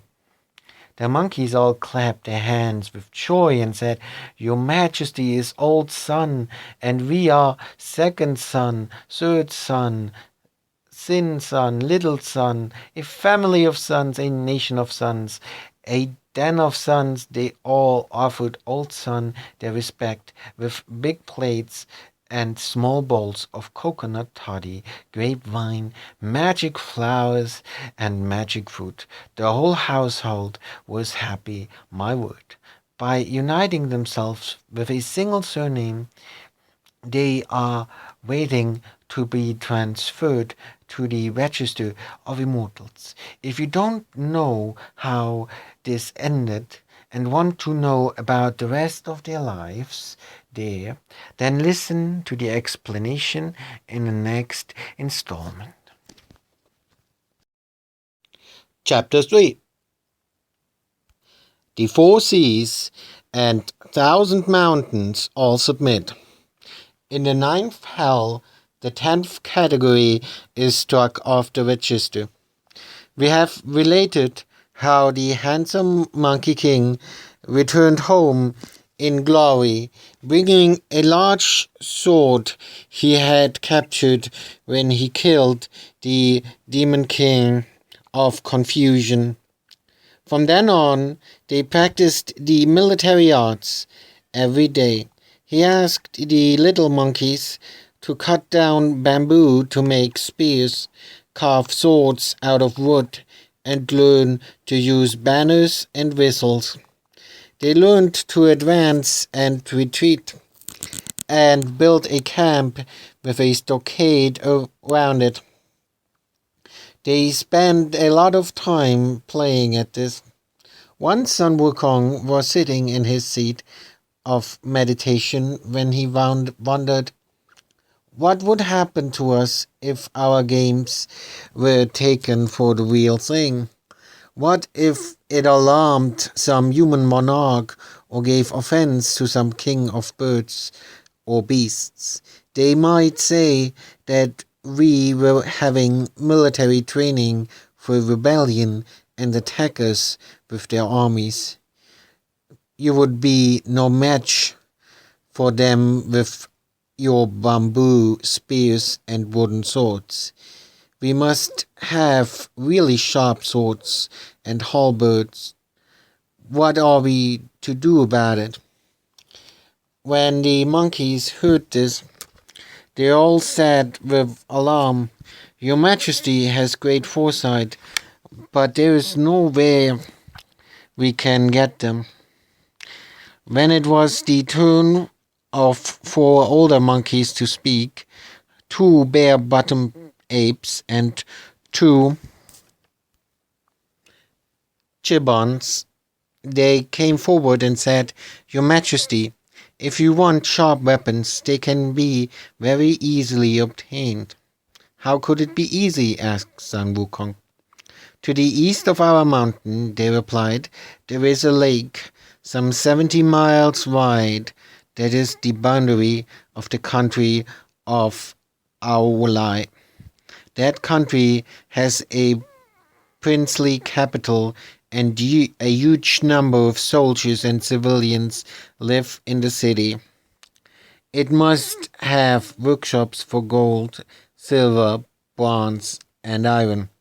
If you went there, Your Majesty, you could either buy arms or get them made. Then you could train us to use them in the defense of our mountain. This would give us long-term security." Sun Wukong was delighted with this suggestion. "Wait here while I go there," he said.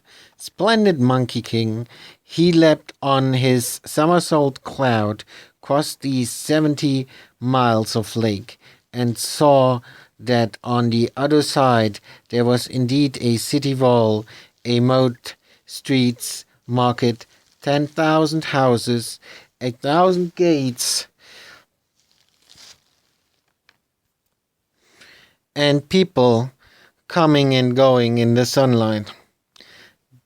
There must be ready-made weapons here, Sun Wukong thought, and getting a few by magic would be much better than buying them. So he made a magic with his fist and said the words of the spell, sucked in some air from the southeast, and blew it hard out again. It turned into a terrifying gale, carrying sand and stones with it. Where the thunderclouds rise, the elements are in chaos. Black fogs, thick with dust, cloak the earth in darkness. Boiling rivers and seas terrify the crabs and fish, as trees are snapped off in mountain forests. Tigers and wolves flee. No business is done in any branch of commerce, and no one is working at any kind of trade. In the palace, the king has gone to his inner quarters, and the officials in front of the steps have returned to their offices. The thrones of princes are all blown over. Towers of 5 phoenixes are shaken to their foundations. Where the storm blew, the prince of Aloi fled in terror, and gates and doors were shut in the streets and markets. Nobody dared to move outside. Sun Wukong landed his cloud and rushed straight through the gates of the palace to the arsenal and the military stores, opened the doors, and saw countless weapons, swords, pikes, sabers, halberds, battle axes, belts, scimitars, maces, tridents, clubs, bows, crossbows, forks, and spears were all there. At the sight of them, he said happily, "How many of these could I carry by myself? I'd better use the magic for dividing up my body." Splendid Monkey King, he plucked a hair from his body, chewed it up, spat it out, made the magic with his fist, said the words of the spell, and shouted, "Change!" It turned into hundreds and thousands of little monkeys who rushed wildly about, grabbing weapons. The strong ones took 6 or 7 each, and the weaker ones 2 or 3, and between them they removed the lot. He climbed back up on the clouds, called up a gale by magic, and took all the little monkeys home with him. The monkeys, big and small, of the mountain of flowers and fruit, were playing outside the gates of the cave when they heard the wind. At the sight of countless monkey spirits flying through the air, they fled and hid. A moment later, the handsome Monkey King landed his cloud, put away his mists, shook himself, replaced his hair, and threw all the weapons into a pile beside the mountain. "Children," he shouted, "come and get your weapons." When the monkey masses looked, they saw Sun Wukong standing by himself on some level ground, and they all rushed over to him, to kowtow, and asked what had happened. Sun Wukong told them the whole story of how he had raised the gale and taken the weapons.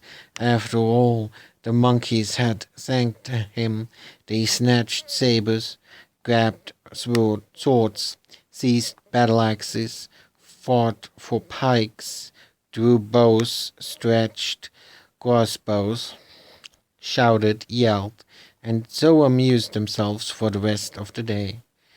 The next day they paraded as usual. Sun Wukong assembled all the monkey host, and they numbered over 47,000.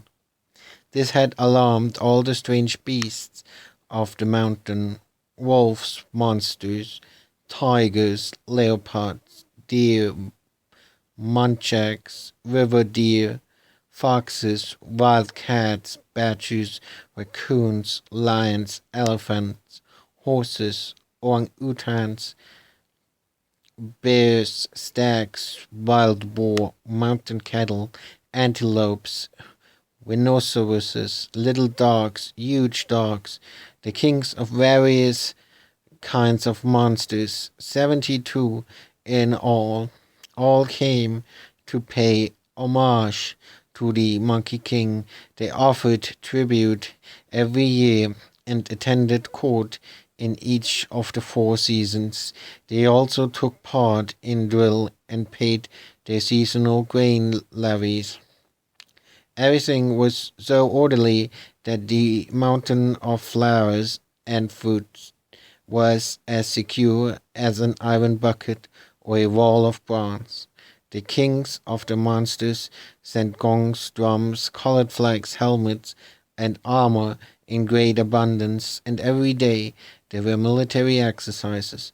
One day, amid all this success, the handsome Monkey King suddenly said to the other monkeys, "You are now expert in the bow and crossbow, and highly skilled in other weapons, but this sword of mine is too clumsy for my liking. What shall I do about it?" The 4 veteran monkeys came forward and submitted a suggestion. "Your Majesty is an immortal, so mortals' weapons are not good enough for you. We wonder if your Majesty is able to travel underwater." Since hearing the way, Sun Wukong replied, "I have mastered the 72 earthly transformations. My somersault cloud has outstanding magical powers. I know how to conceal myself and vanish. I can make spells and end them. I can reach the sky and find my way into the earth. I can travel under the sun or moon without leaving a shadow, or go through metal or stone freely. I can't be drowned by water or burned by fire. There's nowhere I cannot go. If your Majesty has these magical powers, the stream under our iron bridge leads to the Dragon Palace of the Eastern Sea. If you are willing to go down there, go and find the Dragon King and ask him for whatever weapon it is you want. Wouldn't that suit you?" "Wait till I get back," was Sun Wukong's delighted reply. Splendid Monkey King, he leapt to the end of the bridge and made a spell with his fist to ward off the water. Then he divided into the waves and split the waters to make way for himself till he reached the bed of the Eastern Sea. On his journey he saw a Yaksha demon who was patrolling the sea. The Yaksha barred his way and asked, "What sage or divinity are you pushing the waters aside like that? Please tell me so that I can make a report and have you properly received."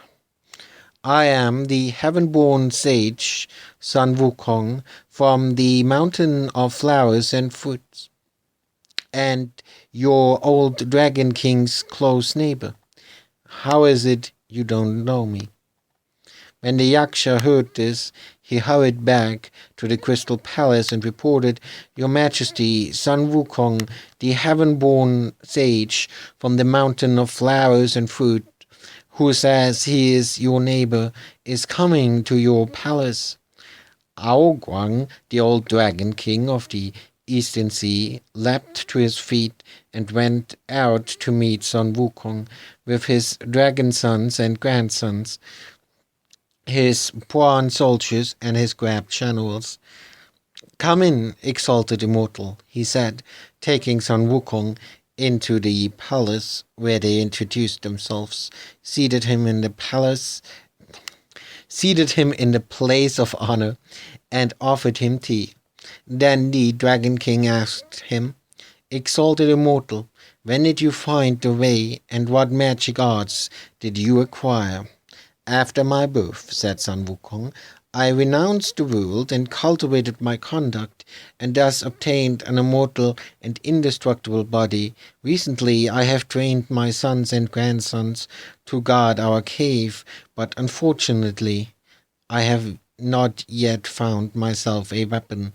I have long heard that my illustrious neighbor enjoys the delights of a jade palace with gate, towers of cobweb, and I was sure that you must have some magic weapons to spare, so I have come especially to beg one of you." Not wishing to refuse his request, the Dragon King sent Commander Perch to fetch a large sword and offer it to Sun Wukong. "I don't know how to use a sword," said Sun Wukong, "so could I ask you to give me something else?" The old Dragon King then sent Colonel Mackerel and God Commander Eel to fetch a 9-pronged spear. Sun Wukong leapt down from his seat, took it, tried it out, then flung it down, saying, "It's too light, far too light, and it doesn't suit me. I beg you to give me another." The Dragon King smiled as he said, "Exalted Immortal, don't you see that this weighs 3,600 pounds? It doesn't suit me at all," protested Sun Wukong. The Dragon King, feeling frightened now, ordered Provincial Commander Bream and Garrison Commander Cobb to bring out a patterned heavenly halberd for warding off spells that weighed 7,200 pounds. As soon as he saw it, Sun Wukong bounded forward to take it. He tried a few postures and thrusts with it, then stuck it into the ground between them. Still too light, far too light. The Dragon King, now really terrified, said, "Exalted Immortal, that halberd is the heaviest weapon in my palace." "As the old saying goes," said Sun Wukong with a grin, "never think the Dragon King has no treasures. Have another look, and if you find anything satisfying, I'll give you a good price for it." "I really have nothing else," the Dragon King replied. As he was speaking, his dragon wife and dragon daughters came in from the back of the palace and said, "Your Majesty, by the look of him, this sage must be really somebody. The piece of miraculous iron that anchors the Milky Way in place has been shining with a lovely rosy glow for the last few days and creating a most auspicious atmosphere. Perhaps it has started to shine to greet the sage. That piece of miraculous iron is one of the nails that Yu the Great used to fix the depths of rivers and seas. When he brought the waters under control," said the Dragon King. "What use could it be?" "Never mind whether it's useful or not," his wife replied. "Just give it to him and let him do with it as he pleases. At least you'll get him out of the palace." The Dragon King did as she suggested and described the piece of iron to Sun Wukong, who said, "Bring it out and let me see." "It can't be moved. You will have to go and look at it yourself, Exalted Immortal." "Where is it? Take me there," said Sun Wukong. The Dragon King took him into the middle of the sea treasury, where all of a sudden they could see 10,000 rays of golden light pointing at it. The Dragon King said, "That's it, where all the light is coming from?" Sun Wukong hitched up his clothes and went to give it a feel. He found that it was an iron pillar about as thick as a measure for a peck of grain and some 20 feet long. Seizing it with both hands, he said, "It's too thick and too long. If it were a bit shorter and thinner, it would do." As soon as these words were out of his mouth, this precious piece of iron became several feet shorter and a few inches thinner. Sun Wukong tossed it in his hands, remarking that it would be even better if it were thinner still. The precious iron thereupon became even thinner. Sun Wukong was taking it out of the sea treasury to have a look at it, when he saw that it had 2 gold bands round it, while the middle part was made of black iron. There was a line of inlaid writing near the bands which said that it was the "As You Will" cold banded cudgel, weight 13,500 pounds.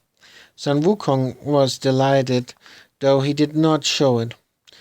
I think that this little darling will do whatever I want. As he walked along, he weighed it in his hands and said reflectively, if it were even smaller still, it would be perfect. By the time he had taken it outside, it was 20 feet long and as thick as a rice bowl. Watch him as he uses his magical powers to try a few routines with it, whirling all round the crystal palace. The old dragon king was trembling with fright, and the little dragons were scared out of their wits. Terrapins, freshwater turtles, seawater turtles, and alligators drew in their heads, while fish, shrimps, lobsters, and giant turtles hid their faces. Holding this treasure in his hands, Sun Wukong sat down in the main hall of the Palace of Crystal, and said with a smile to the Dragon King, "Many thanks, worthy neighbor, for your great generosity." The old Dragon King humbly acknowledged his thanks, and Sun Wukong went on, "This piece of iron will be very useful, but there is one more thing I want to ask." "What might that be, exalted immortal?" asked the Dragon King. "If I hadn't got this cudgel, that would be the end of the matter, but as I have got it, the problem is that I don't have the clothes to go with it. What are we to do about it? If you have any armor here, I'd be most obliged if you gave me a suit." The Dragon King said he had not any. "A guest should not have to trouble two hosts," said Sun Wukong. "I won't leave without one." "Please try some other sea," exalted immortal. "You may find one there."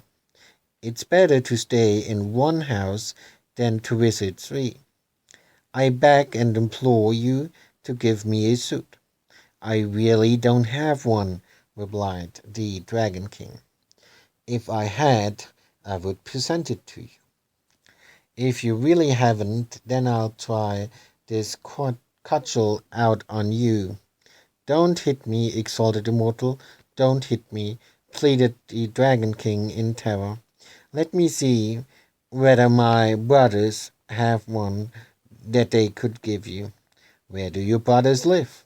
"They are Ao Chin, the Dragon King of the Southern Sea, Ao Shan, the Dragon King of the Northern Sea, and Ao Ran, the Dragon King of the Southern Sea."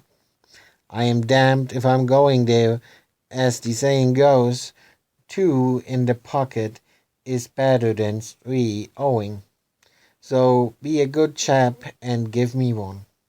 "There is no need for you to go," laughed the immortal. The Dragon King replied, "I have an iron drum and a bronze bell. In an emergency, we strike them to bring my brothers here in an instant." "In that case," said Sun Wukong, "hurry up and sound them." And indeed, an alligator general struck the bell, while a terrapin marshal beat the drum. The sound of the bell and the drum startled the other three Dragon Kings, who had arrived and were waiting together outside within the instant. One of them, Ao Chin, said, "Older brother, what's up? Why the drum and the bell?" "It hurts me to tell you, brother," the old Dragon King replied. There's this so-called heaven-born sage from the mountain of flowers and fruit, who came here this morning, saying that I was his neighbor, then demanded a weapon. I offered him a steel-pronged spear, but he said it was too small, and a patterned halberd that he said was too light. Then he picked up the miraculous iron that fastens the Milky Way and tried a few movements with it. Now he's sitting in the palace and demanding a suit of armor, but we haven't got one. That's why I used the bell and the drum to call you here. You three must have some armor. Please give him a suit. Then we can get rid of him. When our Chin heard this, he said in a fury, To arms, brothers! Arrest the criminal. No, no, it's out of the question, said the old Dragon King. If that iron cudgel of his gets you, you're done for. If it hits you, die. If it hits you, if it hits, you die. If it comes close, your skin is broken. And if it is so much as brushes against you, your sinews are smashed. Aoran, the Dragon King of the Western Sea, said, Second brother, you must not attack him. Instead, we should put a suit of armor together for him, then send him away. We can send a memorial about it to heaven. Then heaven will, of course, punish him. You're right, said Aoshan, the Dragon King of the Northern Sea. I have a pair of lotus root cloud walking shoes. I've bought a suit of golden chainmail, said Aoran, the Dragon King of the Western Sea, and I have a phoenix-winged purple gold helmet, added Ao Chin, the Dragon King of the Southern Sea. The old Dragon King was very pleased, and he brought them into the palace to meet Sun Wukong and present the equipment to him. Sun Wukong put on the golden helmet and the armor and the cloud walking shoes, then charged out, waving his cudgel and saying to the dragons, My apologies for disturbing you. The 4 Dragon Kings were most indignant, but we will not go into their discussions on a protest they sent to heaven. Watch the Monkey King as he parts the waters and goes straight back to the Iron Bridge, where the 4 senior apes can be seen waiting for him at the head of the monkey host. Sun Wukong suddenly leapt out of the waves without a drop of water on him and gleaming with gold. As he came across the bridge, the monkeys were so astonished that they fell to their knees and said, How splendid you look, your majesty, how splendid. Sun Wukong, his face lit up with youthful vigor, climbed up to his throne, thrust his cudgel into the ground in their midst. The foolish monkeys all tried to grab this treasure, but it was futile as a dragonfly trying to shake an iron tree. They were unable to move it in the slightest. Biting their fingers and sticking out their tongues, they said, Grandpa, it's so heavy, how can you possibly lift it? Sun Wukong went over, lifted it with one hand, and laughed as he said to them, Everything has its rightful owner.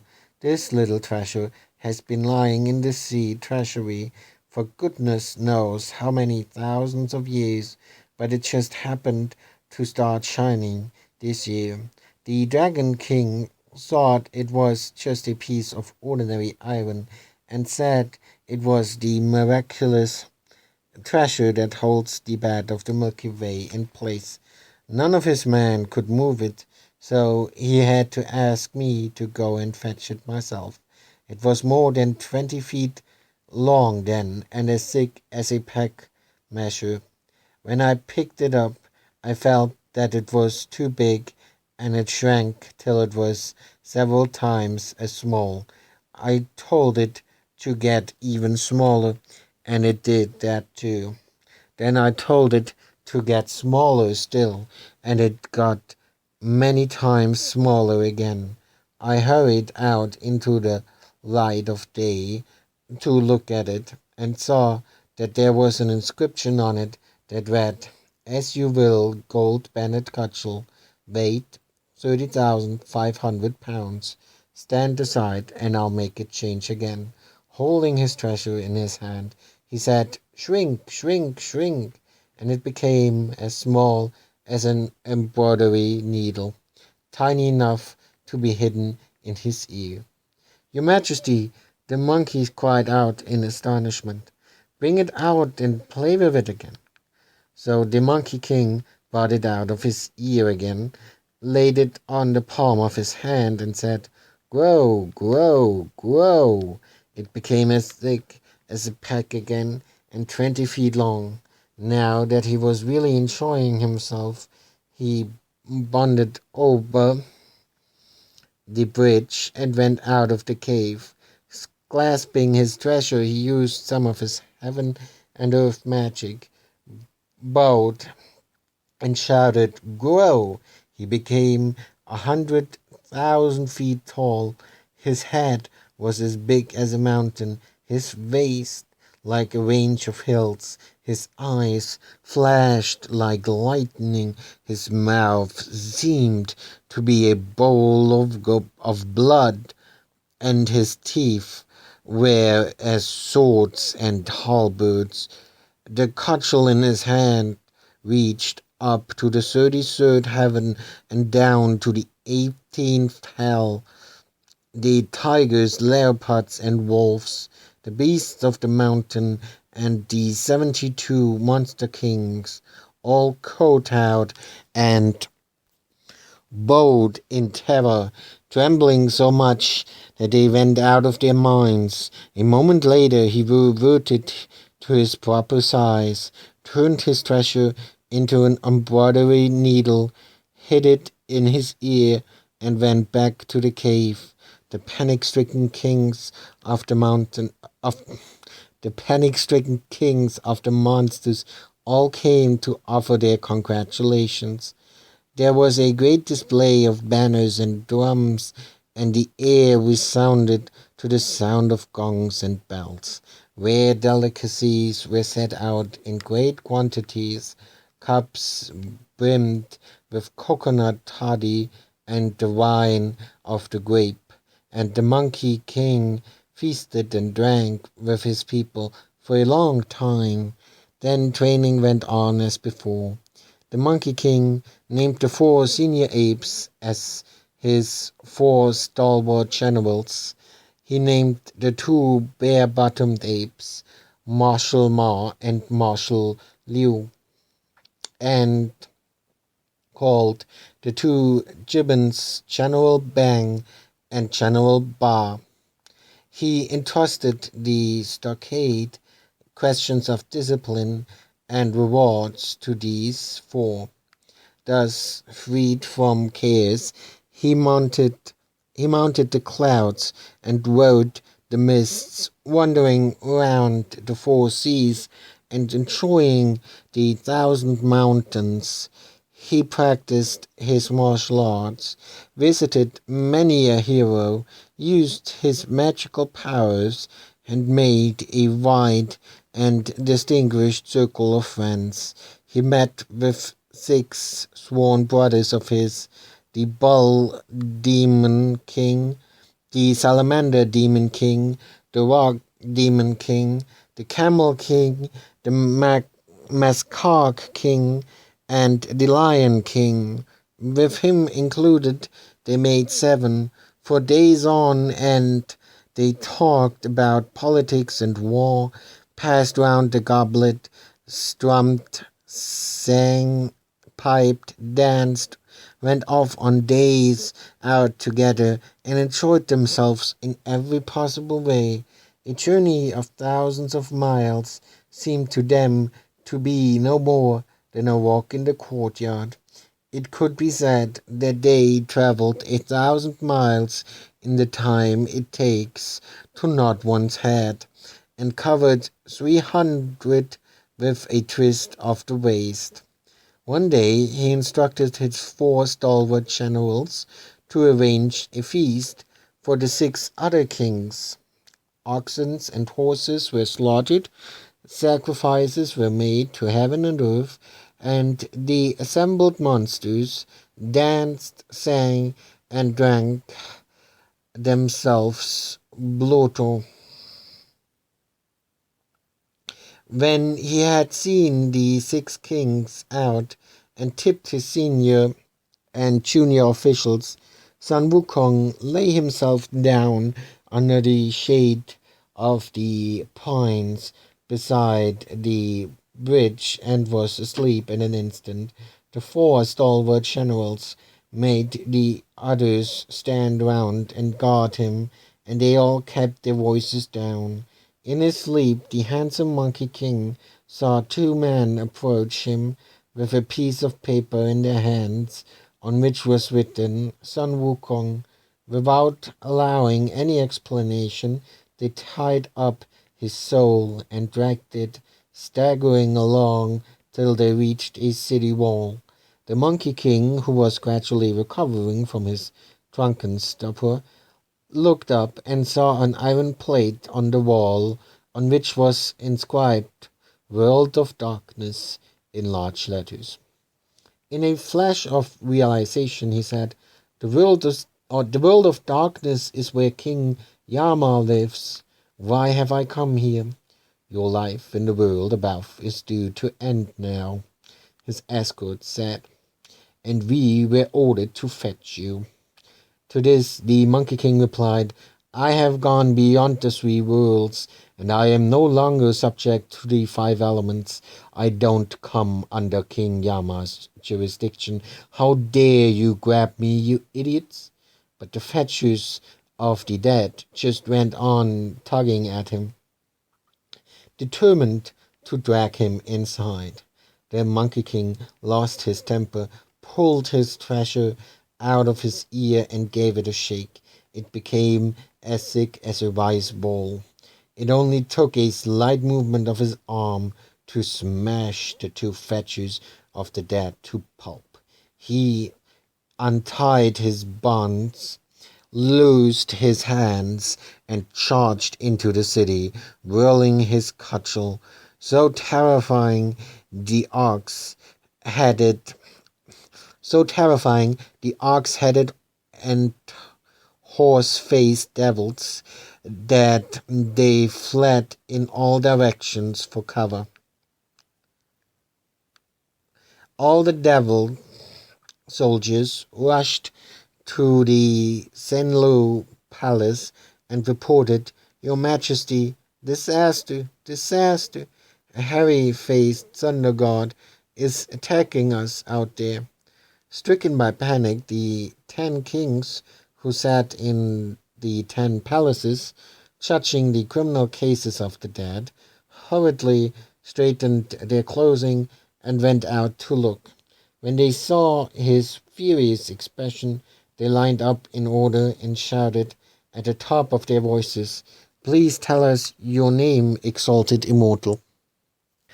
If you don't know who I am, then why did you send man to bring me here? We wouldn't dare do such a thing. The messengers must have made a mistake.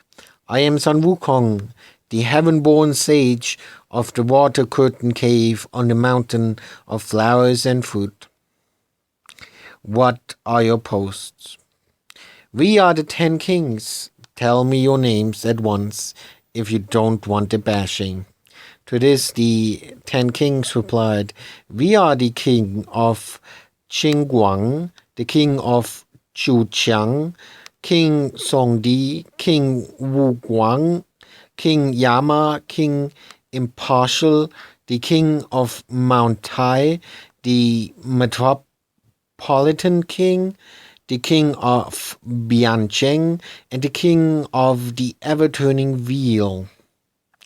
To this Sun Wukong replied, You are all kings and have esoteric understanding, so why don't you know any better? I, Sun Wukong, have cultivated the way of immortality and will live as long as heaven. I've soared beyond the 3 worlds and leapt outside the 5 elements, so why did you send your man to get me? Please don't be angry, lofty immortal, the 10 kings said. Many people in the world share the same name. So perhaps the fetchers of the dead went to the wrong place. Nonsense, nonsense, as the saying goes. The magistrate may be wrong, and the sergeant may be wrong, but the man who comes to get you is never wrong. Go and get the register of life and death for me to see. The 10 kings invited him to come into the palace and look through it. Sun Wukong went into the Sen Luo palace with his club in his hand and sat down in the middle of the hall facing south. The 10 kings then ordered the presiding judge to fetch the register, and the judge hastened to his office and brought out 5 or 6 documents and 10 registers. He looked through them all one by one, but could not find Sun Wukong's name in the sections devoted to hairless creatures, hairy creatures, feathered creatures, insects, or scaly creatures. Then he looked through the monkey section. Now, although monkeys looked like men, they were not entered under the humans. Although they were like the hairless creatures, they did not live within their boundaries. Although they were like running animals, they were not under the jurisdiction of the unicorn. And although they were like birds, they were not ruled by the phoenix. There was another register, and Sun Wukong looked through this one himself. Under soul number 1350 was the name of Sun Wukong, the heaven-born stone monkey who was destined to live to the age of 342 and die a good death. I won't write down any number of years, said Sun Wukong. I'll just erase my name and be done with it. Bring me a brush. The judge hastily handed him a brush and thick black ink. Sun Wukong took the register, crossed out all the names in the monkey section, and threw it on the floor with the words, "The account's closed. That's an end of it. We won't come under your control any longer." Then he cudgeled his way out of the world of darkness. The 10 kings dared not go near him, and they all went to the Azure Cloud Palace to bow in homage to the Bodhisattva Ksitigaba and discuss the report they would send up to heaven. But we will not go into this. After charging out through the city wall, the Monkey King tripped over a clump of grass, tried to regain his balance, and woke up with a start. It had all been a dream. As he stretched himself, he heard his 4 stalwart generals and the other monkeys saying, "Your Majesty, time to wake up. You drank too much and slept all night." "Never mind about my sleeping. I dreamt that 2 men came for me. They dragged me to the city wall of the world of darkness, where I came round. I showed them my magic powers, and went yelling all the way to the Senlo Palace, where I had an argument with those 10 kings, and looked through the register of life and death of us. Wherever there was a mention of your names in the register, I crossed them out. We won't come under the jurisdiction of those idiots anymore." All the monkeys kowtowed to him in gratitude. The reason why from that time on so many mountain monkeys have never grown old is that their names are not on the books of the officials of the underworld. When the handsome Monkey King had finished telling his story, the 4 stalwart generals informed the other monster kings, who all came to offer their felicitations. A few days later, his 6 sworn brothers also came to congratulate him, and all were delighted to hear how he had struck the names of the books. We will not describe the daily feasts that followed. Instead, we will describe how one day the Supreme Heavenly Sage, the greatly compassionate Jade Emperor of the Azure World of Heaven, was sitting on his throne in the hall of miraculous mist in the golden gated cloud palace, surrounded by his immortal civil and military officials at morning court, when the immortal cloud palace surrounded when the immortal Qiu Hongqi reported, "Your Majesty, Ao Guang, the Dragon King of the Eastern Sea, has presented a memorial outside the Hall of Universal Brightness and is awaiting a summons from your Imperial Majesty." The Jade Emperor ordered that he be called in, and the Dragon King came to the Hall of Miraculous Mist. When he had done obeisance, an immortal page came from the side to take his memorial. The Jade Emperor read it through. It ran, "Your subject, Ao Guang. Your subject, Ao Guang, the humble dragon of the Eastern Sea, of the Eastern continent of superior body in the nether watery regions, reports to the Jade Emperor of the Azure World of Heaven. Recently, one Sun Wukong, an immortal fiend born on the mountain of flowers and fruit, now living in the water curtain cave, bullied this humble dragon and occupied my watery house by force. He demanded a weapon by displaying magical powers. He insisted on having armor by showing off his evil powers. He terrified the watery tribe and made the tortoises and alligators flee in terror. The dragon of the southern sea trembled. The dragon of the western sea was made miserable. The dragon of the northern sea had to hang his head and come in submission. And I, your subject, Ao Guang, humbled myself before him.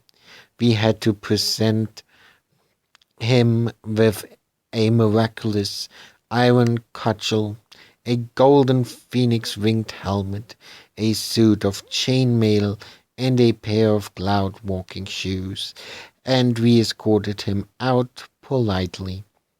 He continued to show off his martial arts and magic powers, and all he had to say for himself was, "My apologies for disturbing you.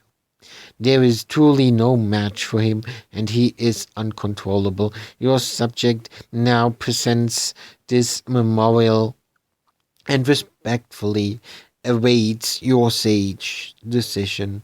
I humbly beg that heavenly soldiers be sent to arrest this evil demon, so that the sea and the mountains may be at peace and the ocean may enjoy tranquility." When the Jade Emperor had read this through, he ordered, "Let the dragon god return to the sea. We shall send generals to arrest the demon." The old Dragon King bowed till his head touched the floor and took his leave. Then the venerable immortal Gu, a heavenly teacher, reported, "Your Majesty, the king of Qingguang, one of the ministers of the underworld, has come with a memorial from the Bodhisattva Siddhigarbha." A jade girl messenger took the memorial, which the Jade Emperor read through. It ran, "The regions of darkness are the native part of the earth. Heaven contains gods, while the earth has devils. Positive and negative are the constant cycle. Birds and beasts are born and die. Male and female alternate. Life is created and change takes place. Male and female are conceived and born. This is the order of nature, and it cannot be changed.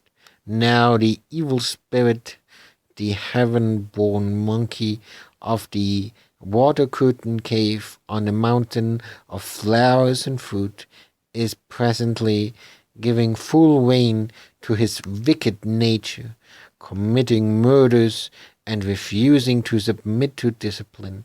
He killed the devil messenger of the ninth hell with his magic, and he terrified the 10 benevolent kings of the underworld with his power. He made an uproar in the Senlu palace and crossed some names out by force. He has made a race of monkeys completely uncontrollable and given eternal life to the macaques. He has annulled the law of transmigration and brought them beyond birth and death. I, impoverished monk that I am, importune the might of heaven by presenting this memorial. I prostrate myself to beg that heavenly soldiers be dispatched to subdue this fiend, bring the positive and negative back into order, and give lasting security to the underworld. When the Jade Emperor had read this through, he ordered, "Let the Lord of Darkness return to the underworld. We shall send generals to arrest the demon." The king of Jingguang then bowed till his head touched the floor and took his leave. His celestial majesty then asked all his civil and military officials, "When was this monkey demon born? What is his origin, that he should have such powers?" Before he had finished speaking, 1,000-mile eye and wind accompanying ear came forward from the ranks of officials and said, "This demon monkey is the stone monkey who was born of heaven 300 years ago. At the time, nobody paid any attention to him, and we do not know where he refined himself and became an immortal in recent years, so that he has been able to make the tigers and dragons submit to him and to strike his name off the register of the dead. Which divine general shall be sent down to capture him?"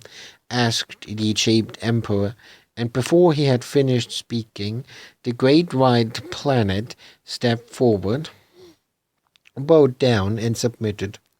"All beings in the upper worlds that have 9 apertures can become immortals. This monkey has a body that was created by heaven and earth and conceived by the sun and moon. His head touches the sky and his feet stand on the earth. He drinks the dew and eats the mist. How does he differ from humans if he has succeeded in cultivating the way of immortality and can subdue dragons and tigers? I beg your majesty to remember your life-giving mercy and hand down a sage edict of amnesty and enlistment, summoning him to this upper world and inscribing his name on the list of office holders, thus keeping him here under control. If he obeys your majesty's heavenly commands, he can later be promoted. If he disobeys, he can be arrested. This will both avoid military operations and be a way of winning over an immortal." The Jade Emperor, delighted with the suggestion, ordered that it should be put into effect. He told the Venchu Star Officer to compose the edict and commanded the Great White Planet to persuade the monkey to accept the amnesty. The Great White Planet left heaven by the southern gate and brought his propitious cloud down by the water curtain cave, where he said to the little monkeys, I am an envoy from heaven, and I am carrying a divine edict, inviting your great king to the upper world. Go and tell him at once. The little monkeys outside conveyed the message by relays into the depths of the cave. Your Majesty, there's an old man outside carrying a document on his back. He says he's an envoy from heaven with an invitation for you. The handsome Monkey King was delighted. He said, I'd been thinking of going up to heaven to have a look around for the past couple of days, and now a heavenly envoy has come to invite me. Ask him in at once. He shouted hastily, straightening his clothes and going out to meet the envoy. The planet came straight in, stood facing the south, and said, I am the Great White Planet of the West, and I have come down to Earth with an edict of amnesty and enlistment from the Jade Emperor to invite you to heaven to be given office as an immortal. I am very grateful to you, venerable planet, for condescending to come here, replied Sun Wukong with a smile. Then he told his subjects to prepare a feast to entertain the visitor. I am afraid I can't delay, replied the planet, as I am carrying a divine edict. So may I ask your Majesty to come back with me now? We can talk at leisure after your glorious elevation. Thank you for coming, said Sun Wukong. I'm sorry you couldn't take some refreshments before leaving. Then he called for his 4 stalwart generals and ordered them, give my sons and grandsons a thorough training. When I've had a look round in heaven, I'll take you all to live with me up there. The 4 stalwart generals accepted their orders, and the Monkey King made his cloud carry him up above the clouds. He was raised to a high-ranking heavenly office, listed among the quarters in the clouds. If you don't know what office he was given, listen to the explanation in the next installment.